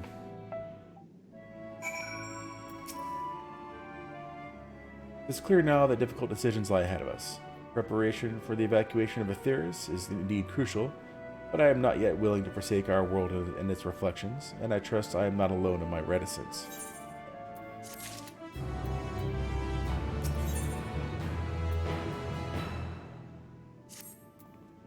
Did Urianger seem strange to you? More so than usual, I mean. I know he has a penchant for keeping his own counsel, but I'd be lying if I said I wasn't worried. Would you go see if he's alright? You're still and I will remain here and see what else we can learn about the final days. If you hurry, perhaps you can catch up to him. Actually, real quick, before I leave this area.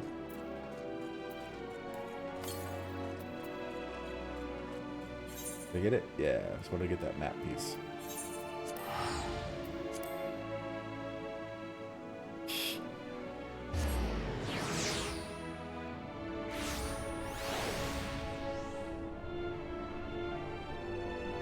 All right.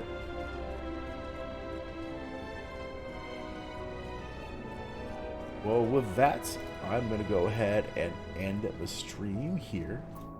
Thank you all for watching.